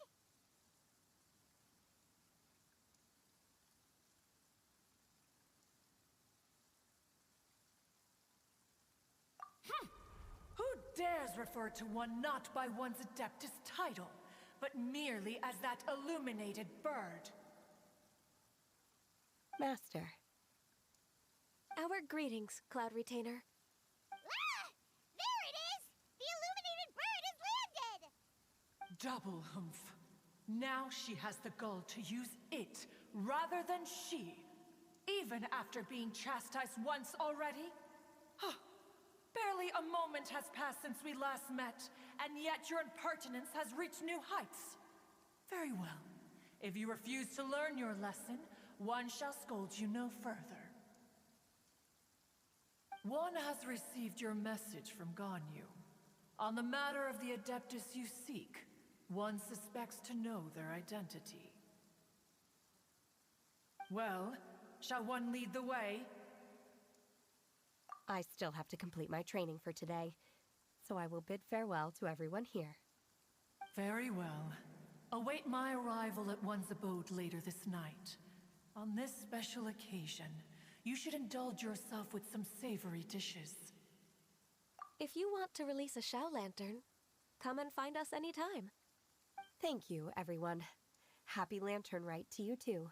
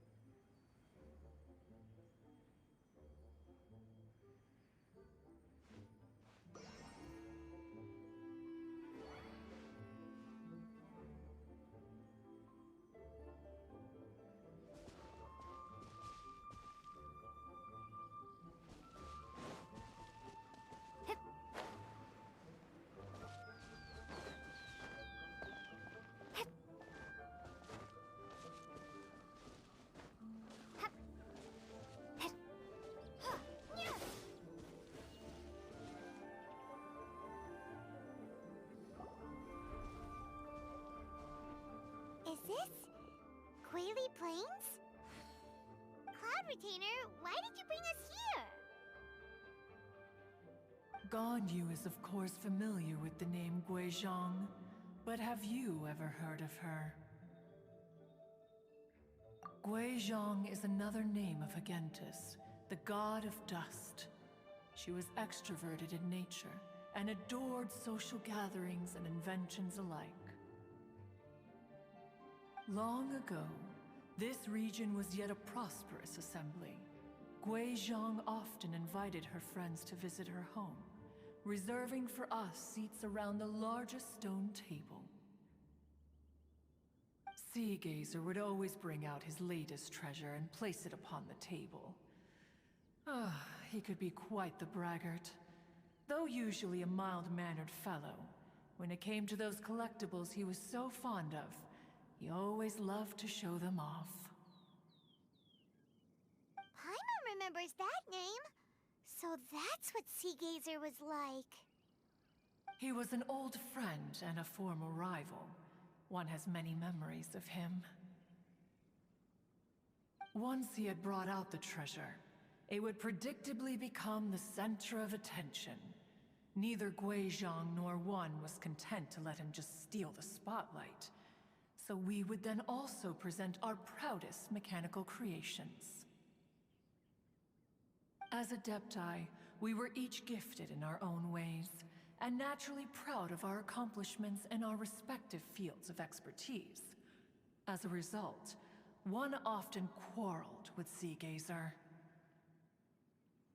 His treasures were not even of his own making. He just used his exploration skills to dig them out of the ground. How, pray tell, could he compare to me, when every single one of one's accomplishments were crafted by one's own hand? Cloud Retainer, you are getting competitive again. One digresses. Regardless, every time an argument occurred, Gui Zhang would come over to watch us during our mutual lambastics. On some occasions, she would join in, and on others, she'd take one of us by the limb and start uttering the most ridiculous nonsense. What kind of nonsense? No kind of nonsense were we spared.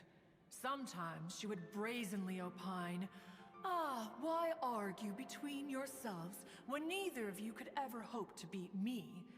Other times, she would make unsolicited suggestions, such as, "Once you two are done arguing, let's go to the foot of the mountain and grill some meat." She always sought to make everyone happy, and one must say, she had quite the gift for it. No matter what nonsense she said, one never felt bothered or offended. It also helped that she never referred to one as that illuminated bird or lady bird. Come on, get over yourself! Anyway, just as our impassioned arguments would reach the apex of acrimony, Marchosius would bring his delectable dishes to the table. Who would dare snub the stove god and his wondrous creations? At the sight of him, we would all immediately drop the argument and prepare the table for a night of feasting and drinking.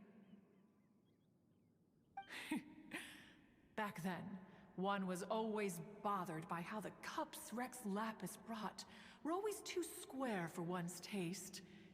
Can you see yourselves ever enjoying a drink from a square cup? Then you are most tolerant, but that is its own virtue. Even one could never find fault with Marchosius's cooking. As we ate, Gui Zhang would continue to find topics for conversation, filling the table with humor and laughter. Each of those old fossils had their character flaws and points of obstinacy. So why was it that whenever we dined together, we always had a marvelous time? We would drink together from a spot high in the mountains until the moon set and the sun rose, and only then would the banquet finally come to an end. Streetwood Rambler would often remain to admire the flowers with Gui Zhang before returning to her own abode. The glaze lilies were far more abundant back then. Entire fields of them would appear to the eye as a veritable sea of flowers. Streetward Rambler? That would be Ping. You probably know her as Madam Ping. Oh, okay. Wait, this is a lovely story and everything, but didn't we come here to find that Adeptus from Mr. Dvorak's story? Or are you saying that it was Gui Zhang? Didn't she, already, Alas, long has one avoided this place for precisely that reason. The sights here are a reminder of a time long gone, and evoke much sorrow. One should have guessed that you would disrupt one's poignant moment of mourning with your incessant questioning. No matter, one will share the whole story with you now.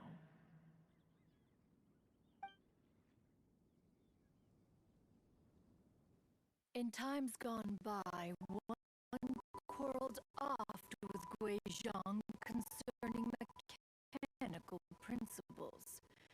We each had our ideals, and neither would yield. Under the pretext of a social gathering, one invited the impartial Rex Lapis to judge the quality of our creations.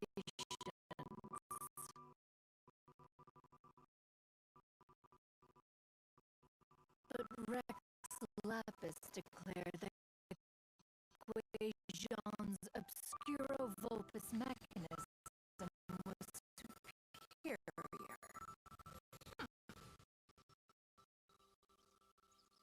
Though one was too proud to acknowledge it, in one's heart, one knew that Gui Zhang was indeed the superior talent in the mechanical arts.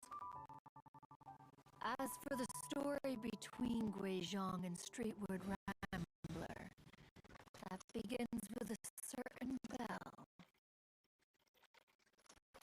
In Gui Zhang's opinion, while mechanisms were no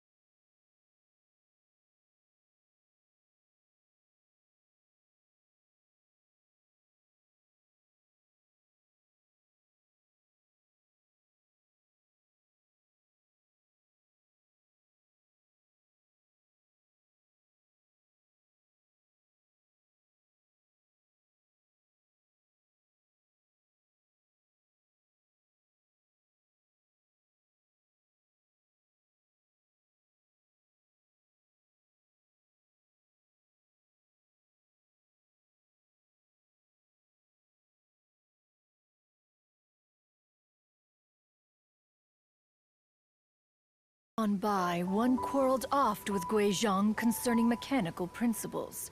We each had our ideals, and neither would yield. Under the pretext of a social gathering, one invited the impartial Rex Lapis to judge the quality of our creations. But Rex Lapis declared that Guizhong's obscuro vulpus mechanism was superior. Though one was too proud to acknowledge it, in one's heart, one knew that Guizhong was indeed the superior talent in the mechanical arts. As for the story between Guizhong and Streetward Rambler, that begins with a certain bell.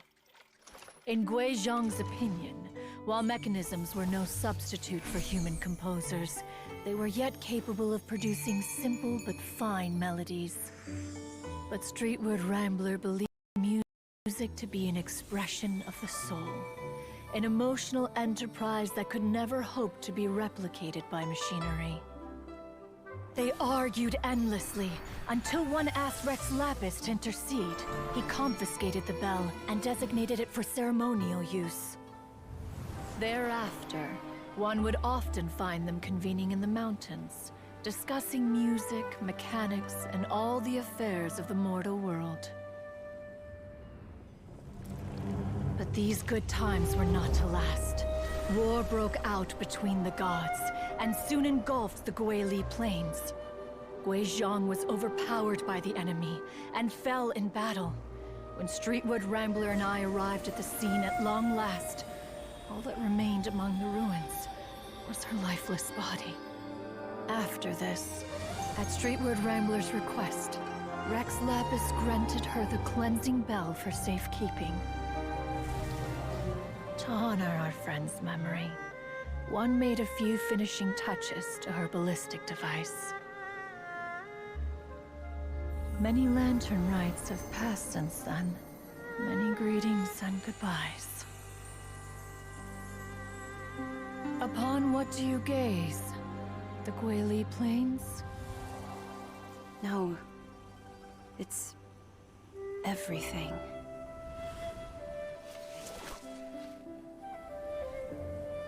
We think of human life as like a lantern that's lit one minute and extinguished the next. But are we Adepti so different? Perhaps as dust settles after a storm, we too must one day return to the world below.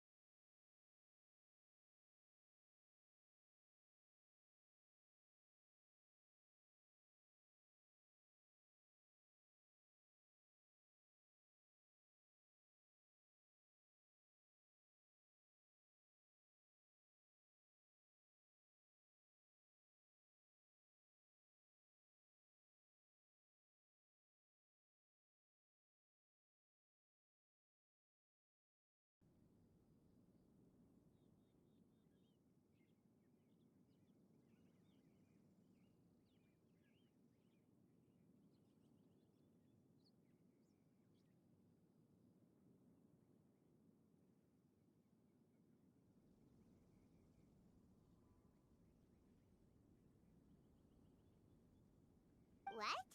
You have loads of friends, and you seem pretty chatty.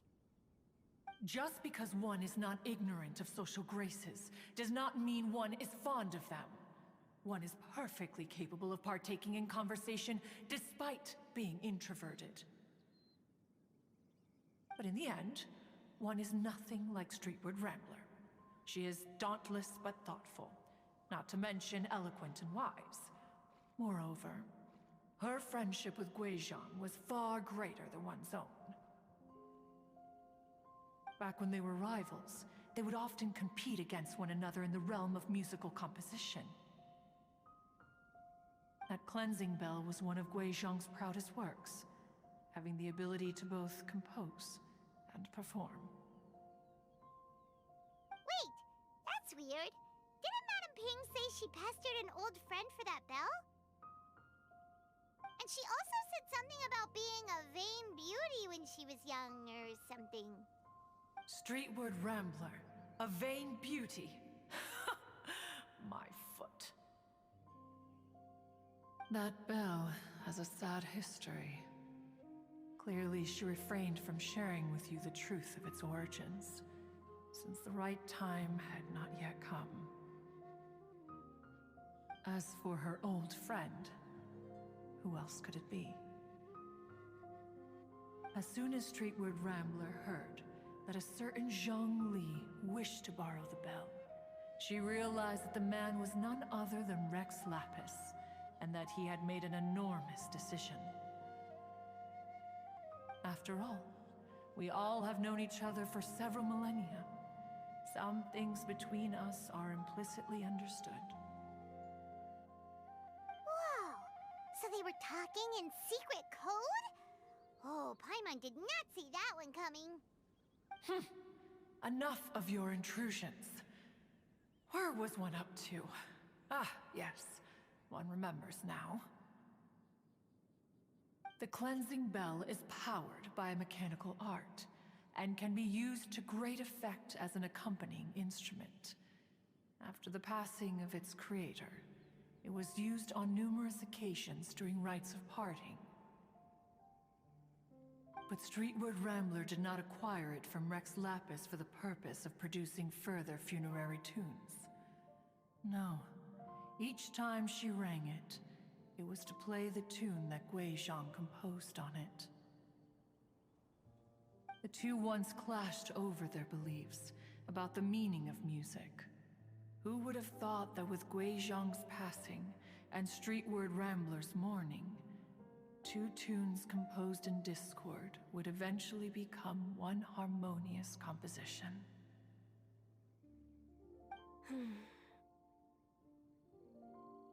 Once upon a time, Streetward Rambler also loved gatherings, liquor, and music. But after Guizhong passed, she preferred her own company. She could often be found sitting alone at a mountain summit, contemplating and reminiscing with her zither. The music would go from mournful to soothing to impassioned.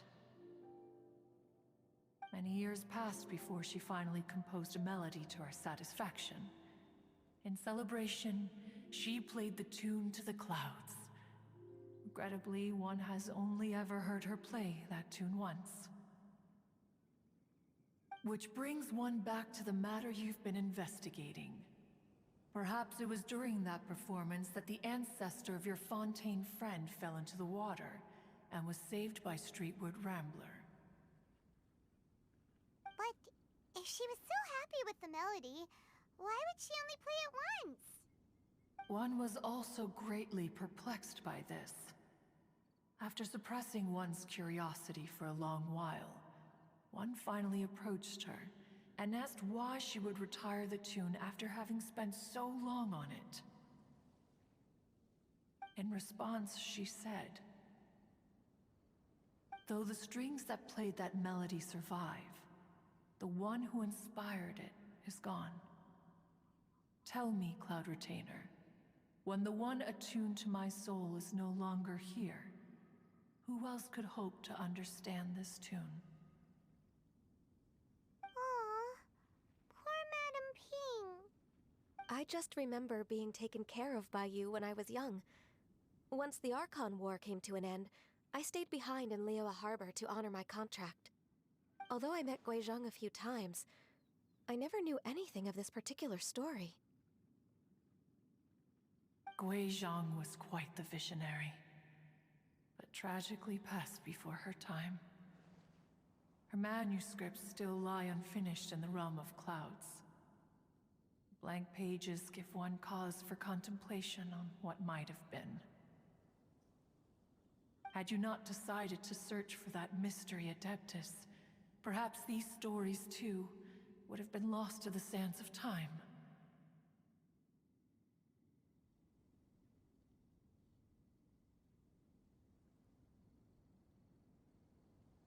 As of now, you know the truth. That the Adeptus who rescued the drowning man was none other than Streetwood Rambler. Do you intend to discuss this with her?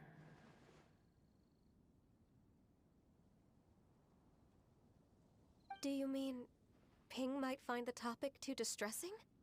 Precisely. The passing of our old friend is a heavy topic that both of us are usually careful to avoid. If I may be so bold, Cloud Retainer, could it be that this is just your own personal opinion? Oh? How so?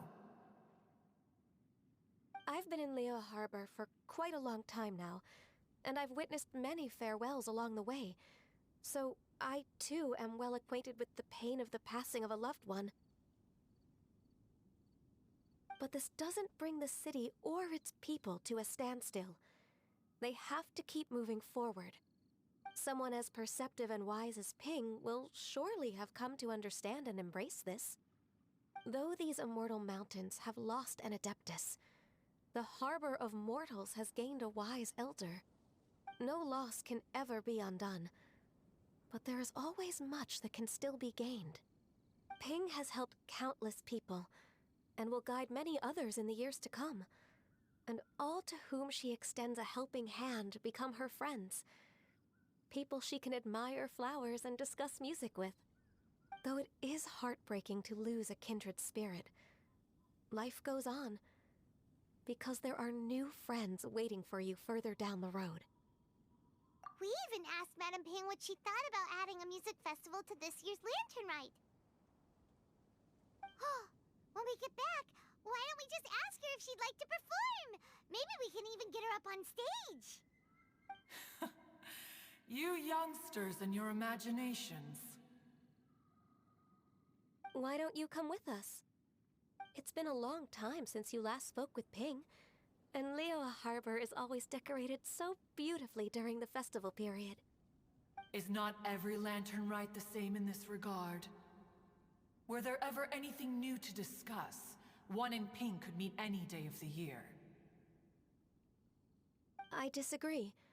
Each new day and each new year is different from those that have come before. How long will you simply let them pass you by? The edibles she brought this time were indeed quite delectable. Very well. Then one will be off. If the other old fossils have sneaked away into the city to amuse themselves, one shall soon find out. All right. We should be getting back to the harbor as well. We don't want to keep her waiting. Once the Guili Assembly, now the Guili Plains. Say, if we planted flowers there and cared for them carefully enough, do you think that one day we'd be able to recreate the Sea of Glaze Lilies? Allow one to take back one's praise from a moment prior. You are still far too given to flights of fancy, child. What? Cloud Retainer? You were still listening? One observed that you were making no effort to leave, and returned to chasten and hasten you. This time, one is departing in earnest.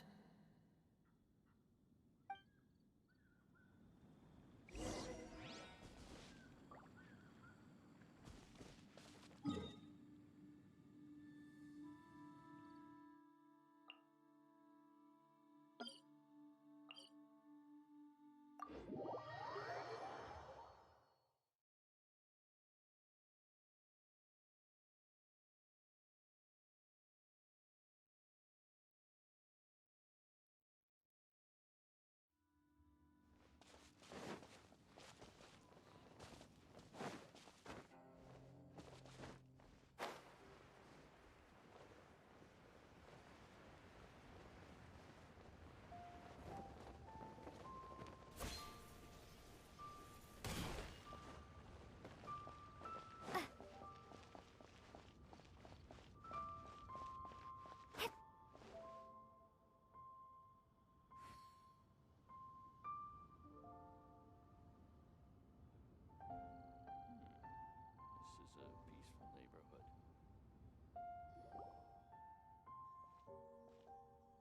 Whoa! Madam Ping? And Cloud Retainer? It appears you made haste after all. One arrived but moments before you. Oh, bless my soul. To what do I owe the honor? How nice of you all to come and visit me. Miss Illuminated Bird, haven't you said anything yet? Said what, precisely? And why should one be tasked with saying it? 'Cause you're the one who's known Madam Ping the longest.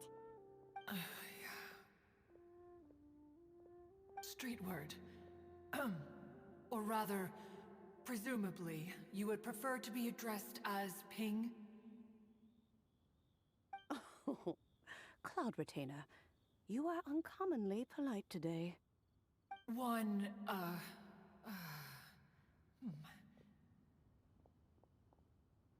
Given that Lantern Rite is almost upon us, the weather in the city is most pleasant, and a sweet floral fragrance lingers in the air. Ganyu, please continue from here. Huh? All right. So, this all started because we were trying to help Mr. Dvorak find the Adeptus who saved his ancestor's life.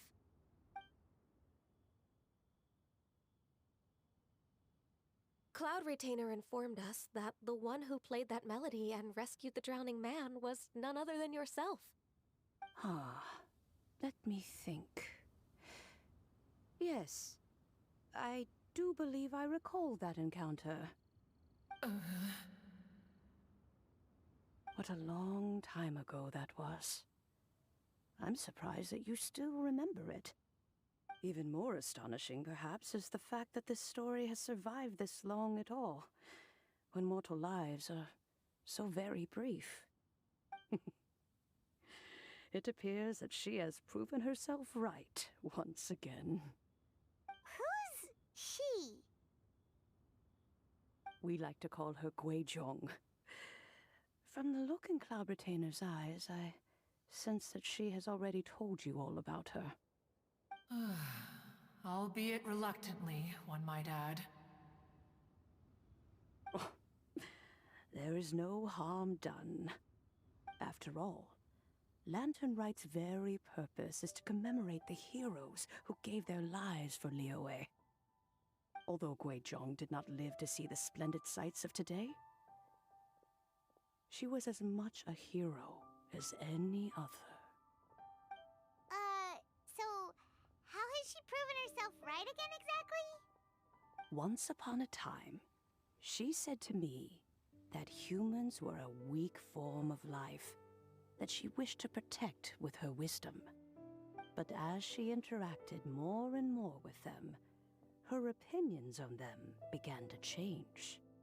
She marveled at the beautiful complexity of their spirits, the sheer splendor of all they could accomplish through their hard work and intelligence.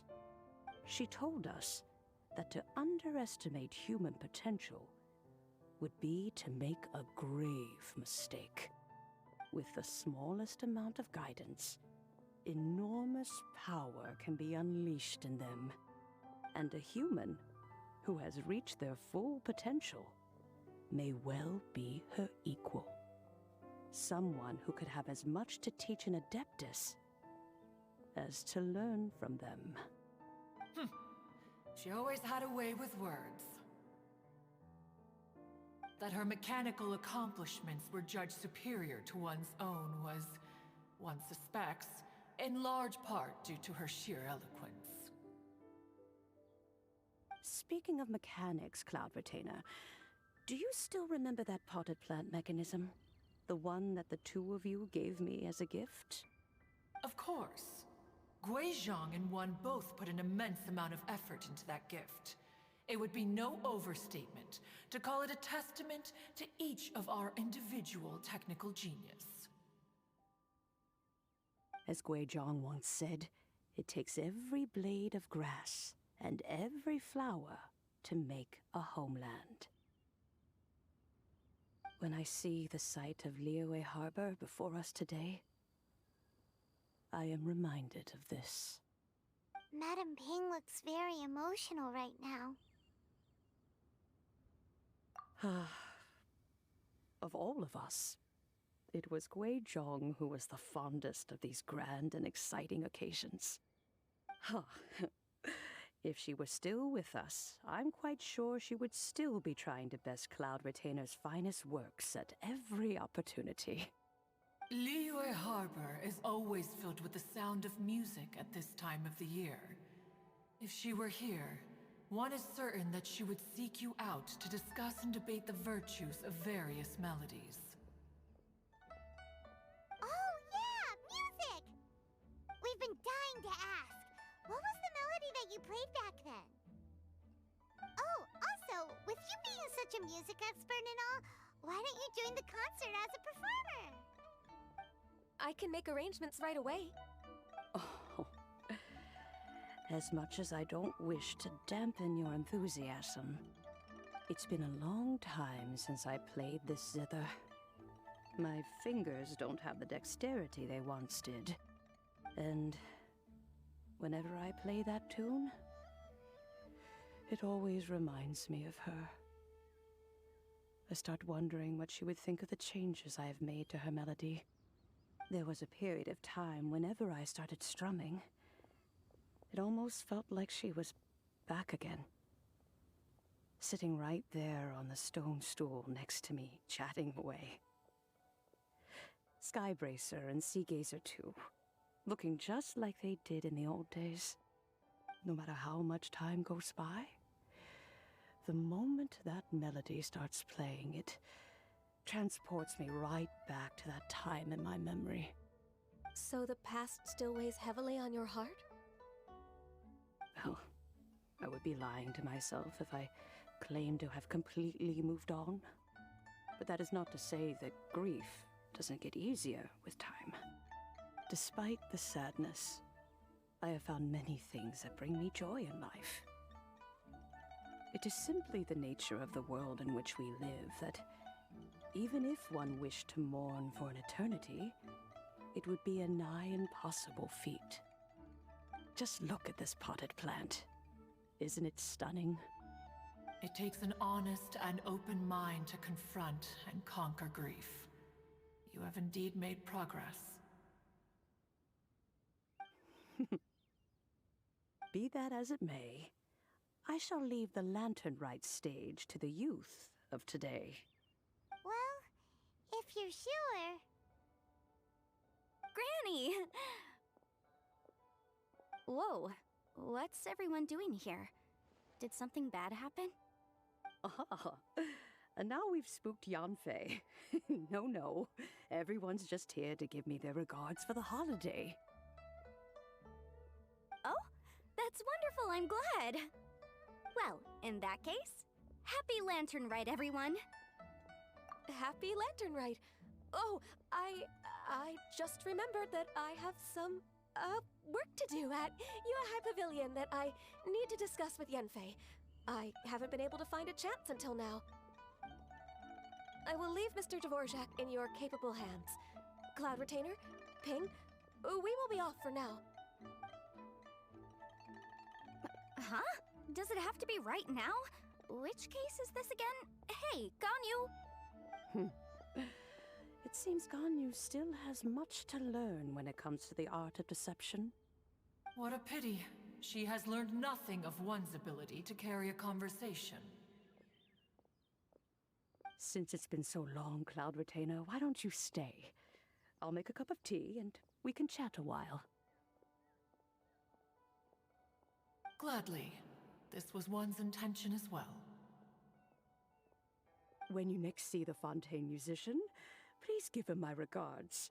I'd like to wish him the very best with the concert. You got it, Madam Ping. Thank you all. I think you've listened to enough of my nattering for one day. As for that melody, I will play it for you all another time. Goodness knows I need to practice it first. Wow, that'd be great! We'll look forward to it. When that time comes, wherever her spirit may be among the countless grains of sand and specks of dust between the harbor and the mountains, perhaps she will look at the Liyue of today and steal a smile when she sees the prosperous land that it has become. All right, let's go tell Mr. Dvorak the news.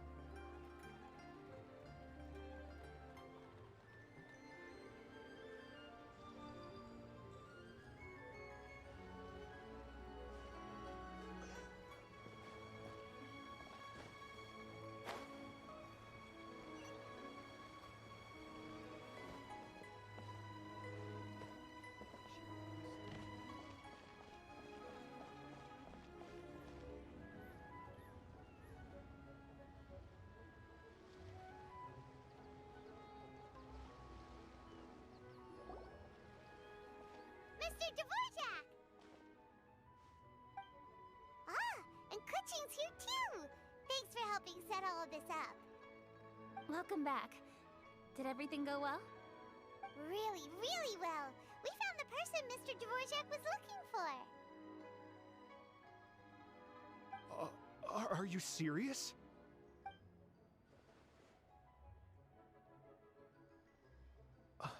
I see. So the melody my ancestor heard was an adeptus remembering her late friend? That certainly explains why it was such a powerful and poignant tune. Huh. That's a really interesting first reaction. Guess that comes with having a musical mind. I have to say, though, it's hard to believe that the fairy from the tale is now an elderly granny. Oh, Paimon knows exactly what you mean. Normally, Adepti don't age at all. But Streetward Rambler, or Madam Ping as we know her, probably only became old because it's what she wanted for herself. Madam Ping possesses vast knowledge and great wisdom. Whatever physical form she may decide to take, her mind and wits are as sharp as they come. Yep, Kuching summed it up perfectly. That's exactly what Paimon was trying to say. I think... yes. I must thank her in person. That can wait until after the concert, though. For now, I need to devote all my emotional energy to the performance. Ah, speaking of, Madam Ping wishes you all the best at the music festival. Paimon has a sneaking suspicion that she'll stay in her usual spot, but listen to the performances from afar. Wait, are you serious? Oh no, now I'm starting to get nervous. Okay, alright. Nope, another rehearsal is in order. Please excuse me, everyone.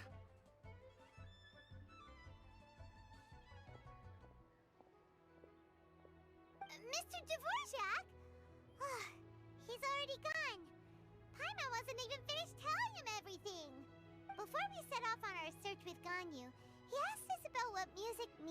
people. After our recent adventure, Paimon thinks we have a lot more to say about that now. Please, share your insights with me. Well, we found out that music can be used for good, but also for bad. It can make people happy and moved, but it can also be sad and bittersweet. And music is like a kind of memory written in people's hearts. It can put you in touch with feelings from a totally different time and place.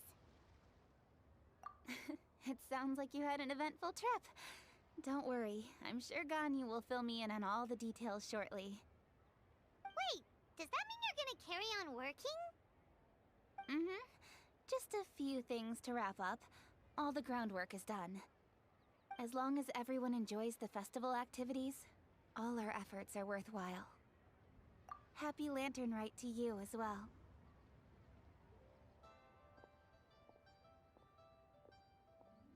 Whew. That should be everything taken care of, right? Oh, no, wait. Paimon feels like she's forgetting something. What was it?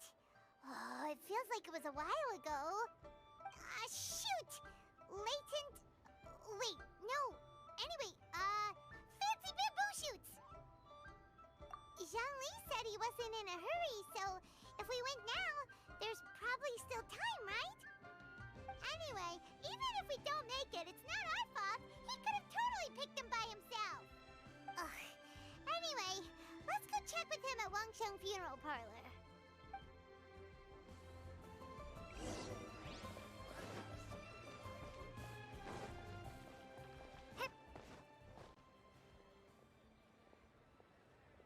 Senua Kiosk. Place to go for classic Yua dishes.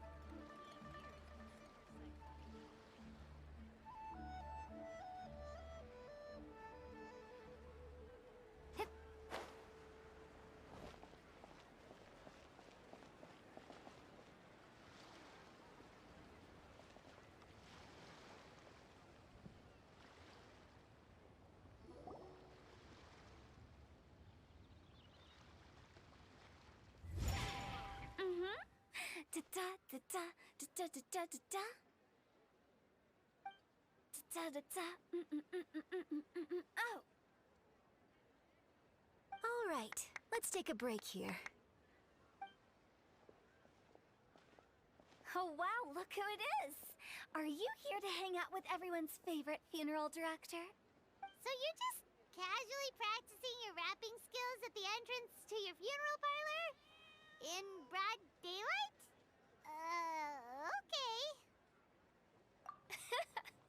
After everything we've been through, you don't see me for a hot minute, and you're back to being scared of your own shadow.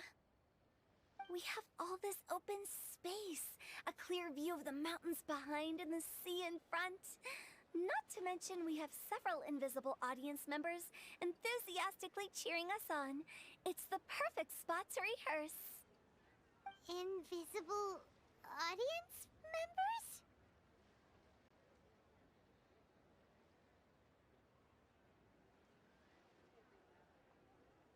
Gotta say, it took me a few days to get used to Director Who's way of talking. Xinyan was pretty spooked too when she first got here. Just like when she sees a frog, but a giant frog with sharp teeth. Come on, knock it off. What's wrong? I've never seen someone look so confused before. Well, don't worry, because Director Who's here to explain it all. There once was a Fontaine musician who went around town on a mission. He came door to door for his iridescence tour, looking for acts to audition.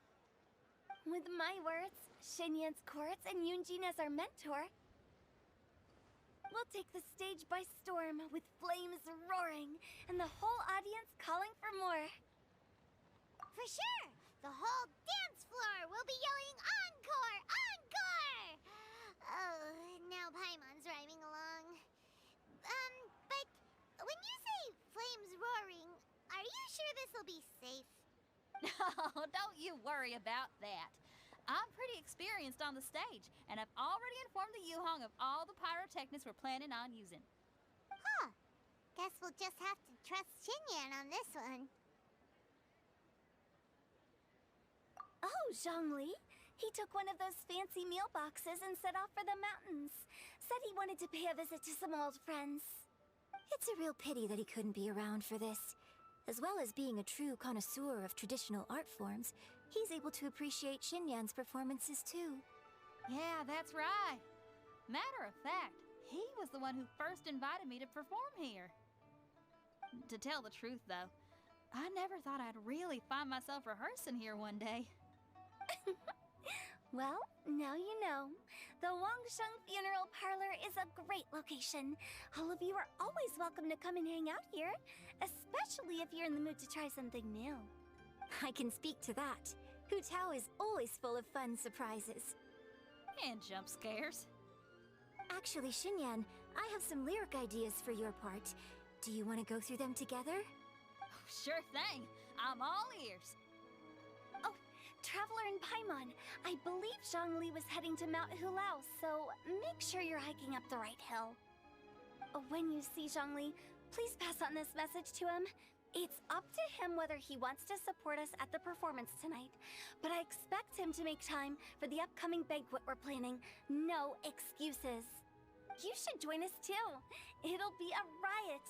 If there's one thing I've learned from being a funeral director, it's how to throw a party.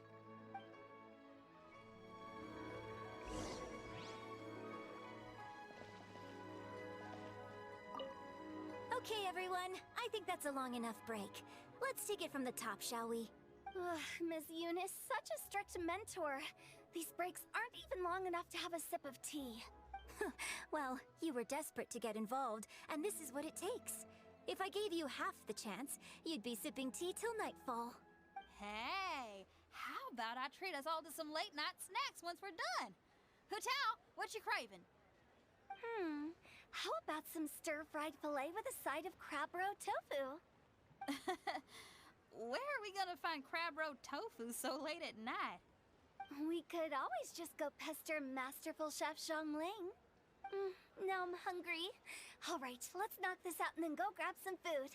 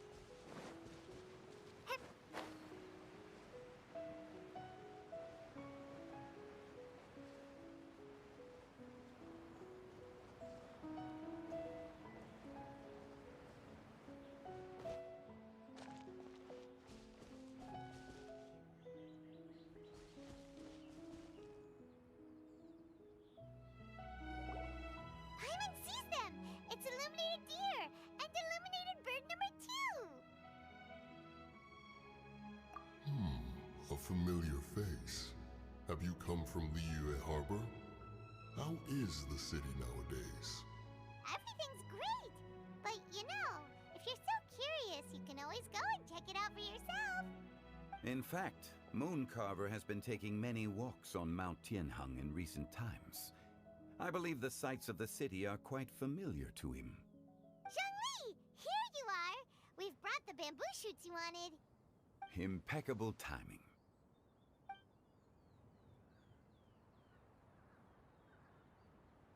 Traditionally, bamboo shoot soup ought to be slow-cooked for many hours on low heat. Using Adeptus arts to hasten the process is something of a shortcut. Wait, that mechanism... is that... Indeed. Cloud Retainer kindly lent me her supreme cuisine machine. Can we not just call it a cooking machine? Actually, never mind. She seems to take a lot of pride in her mechanical gizmos, so it's probably best if Paimon doesn't go changing the name willy-nilly. I trust that you found the answers you were seeking during your recent journey? Excellent. The past should be remembered, but not overly dwelt upon. Our journey should be seen as a means to take on more from the world around us. When the bamboo shoot soup is ready, I must insist that you try some for yourself. Oh, Zhongli! Huta told us to tell you something. She said, it's up to him whether he wants to support us at the performance tonight, but I expect him to make time for the upcoming banquet we're planning. No excuses! When she says performance, she must mean the Lanternrite Music Festival. As for the banquet, she didn't tell us anything more about that, but she invited us to come as well. As you can see, I have a prior engagement with 2 Adepti friends of mine tonight. Please, give Director Hu my best wishes for the performance. As for the banquet, since the Director insists, far be it from a mere consultant like myself to refuse. Yay! Then we'll see you there? Absolutely. Rex Lapis, the bamboo shoot soup is ready. Thank you. I will examine it right away. The appearance is exquisite, and the aroma rich and intense. The craftsmanship of this machine is commendable indeed. Since you came all this way, you should not leave empty-handed. Please, take some soup. It tastes most exquisite while still warm.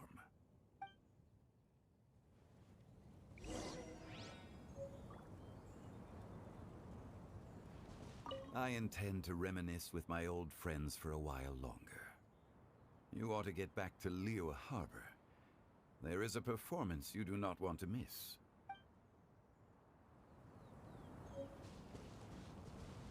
Had one known that Cloud Retainer was in possession of such eminently useful devices, one would have sought to borrow one from her long ago.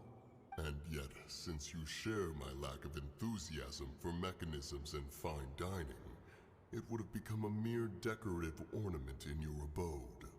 Not so. Had one had such a device to make up for one's lack of culinary prowess, Shenhe would not have had to rely on flowers and herbs alone for sustenance, while under one's care. In that case, shall we rendezvous with Cloud Retainer one day soon, and request to borrow one more Supreme Cuisine machine? A fine idea. A fine idea indeed.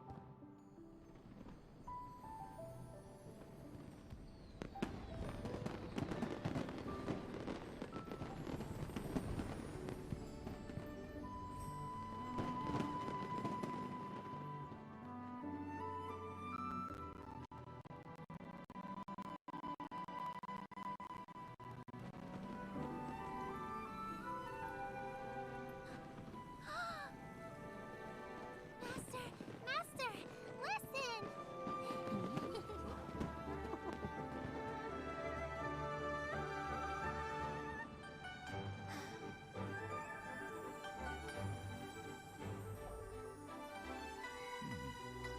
May the year ahead be a blessed one. I believe it shall be.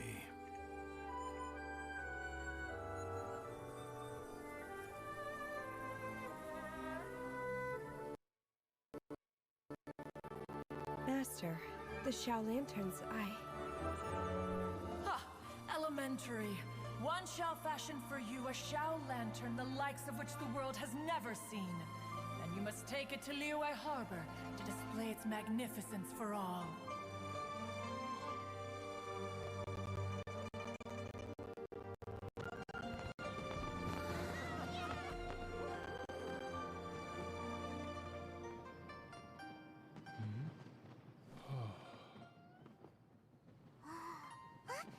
Listen! There must be a man in pink!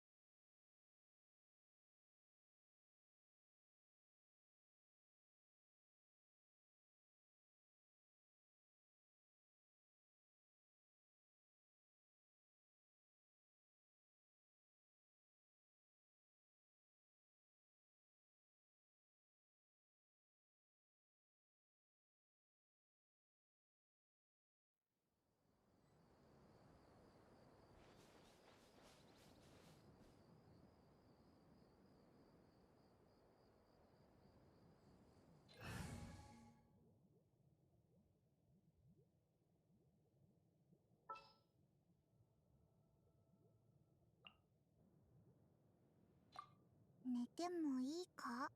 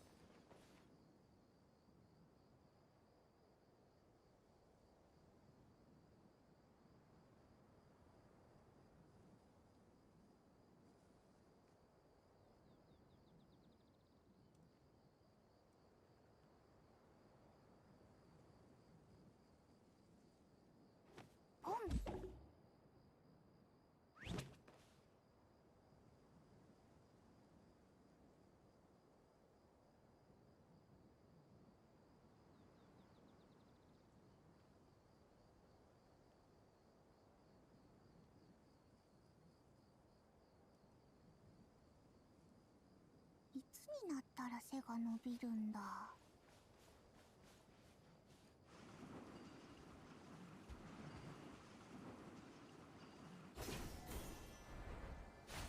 よっ。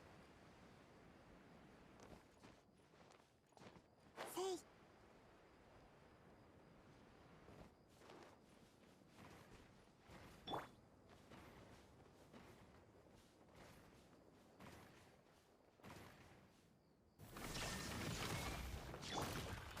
さっ。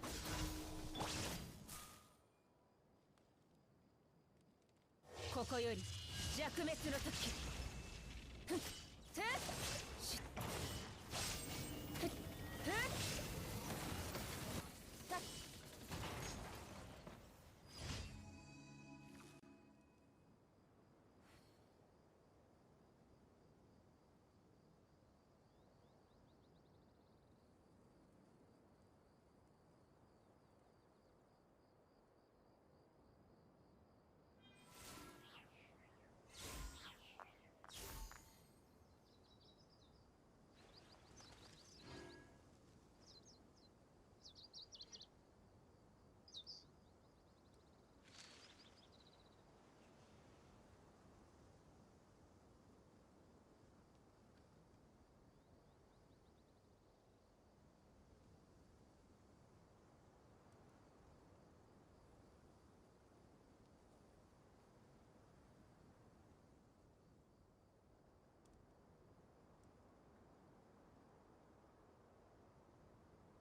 この美しい風景もそばに誰もいない以上、私の普遍を引き立たせるだけ。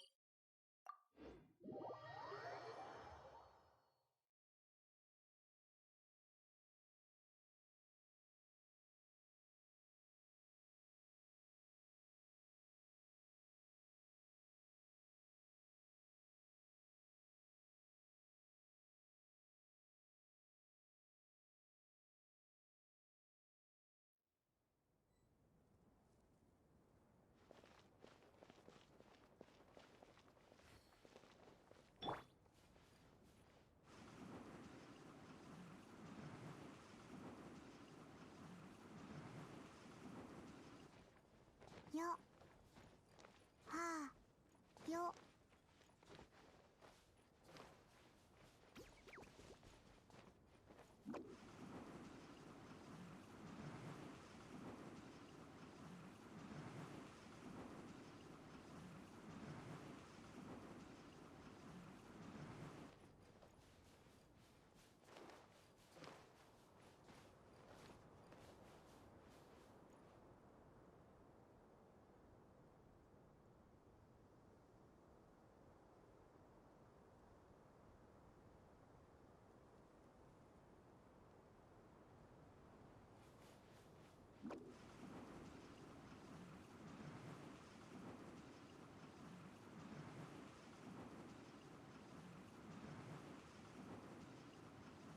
風向きにした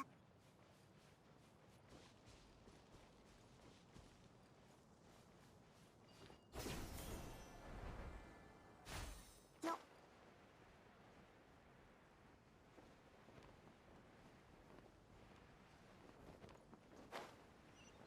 へい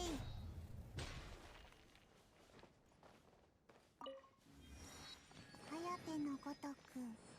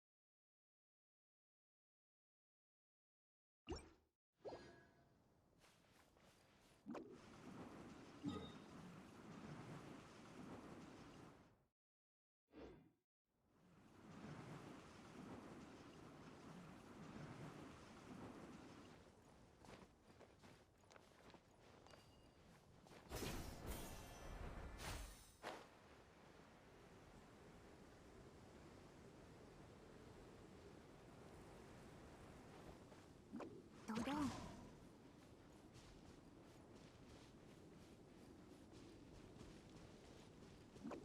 あらば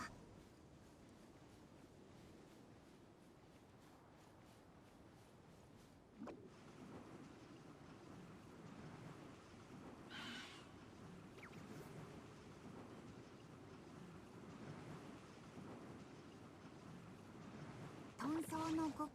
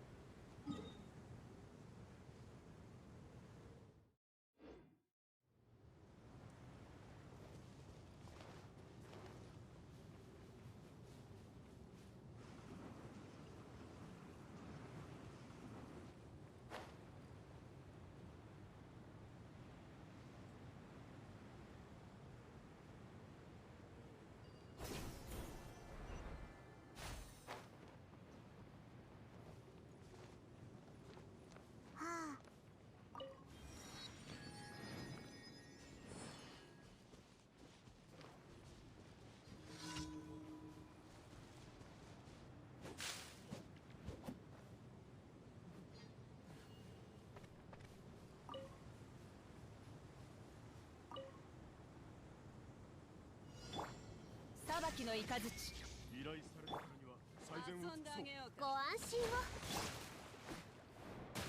はっはっ深海のカゴ。はっ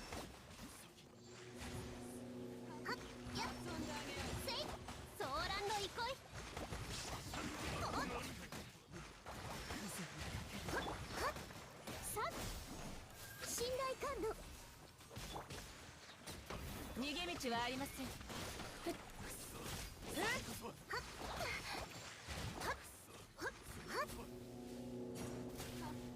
遊んであげよう。見切りました。無我の境地。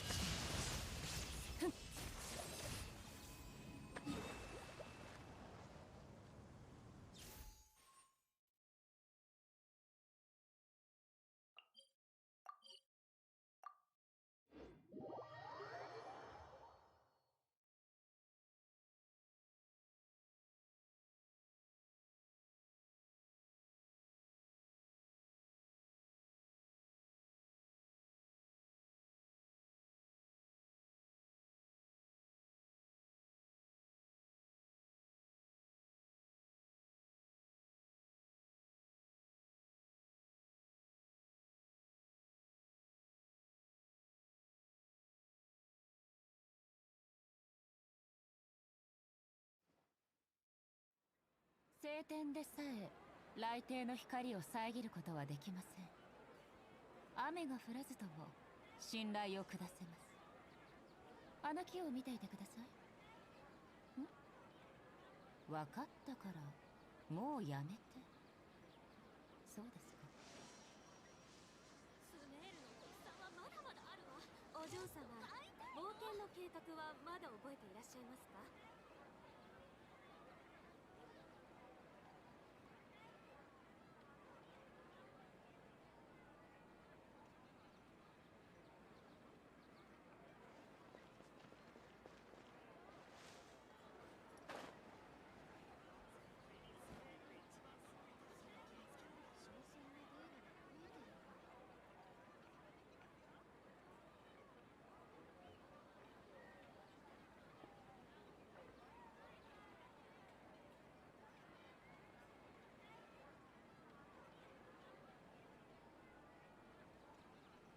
つれづれなるままにひくらし、すずりに向かい。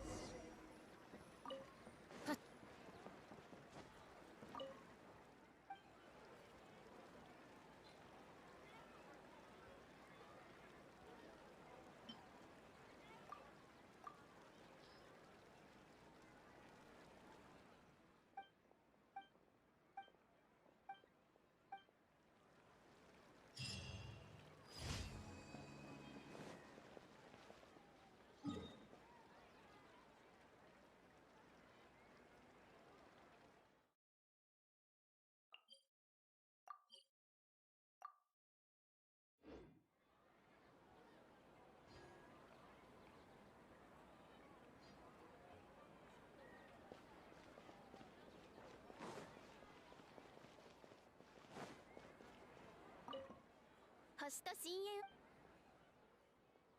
無事今日の依頼。はっ。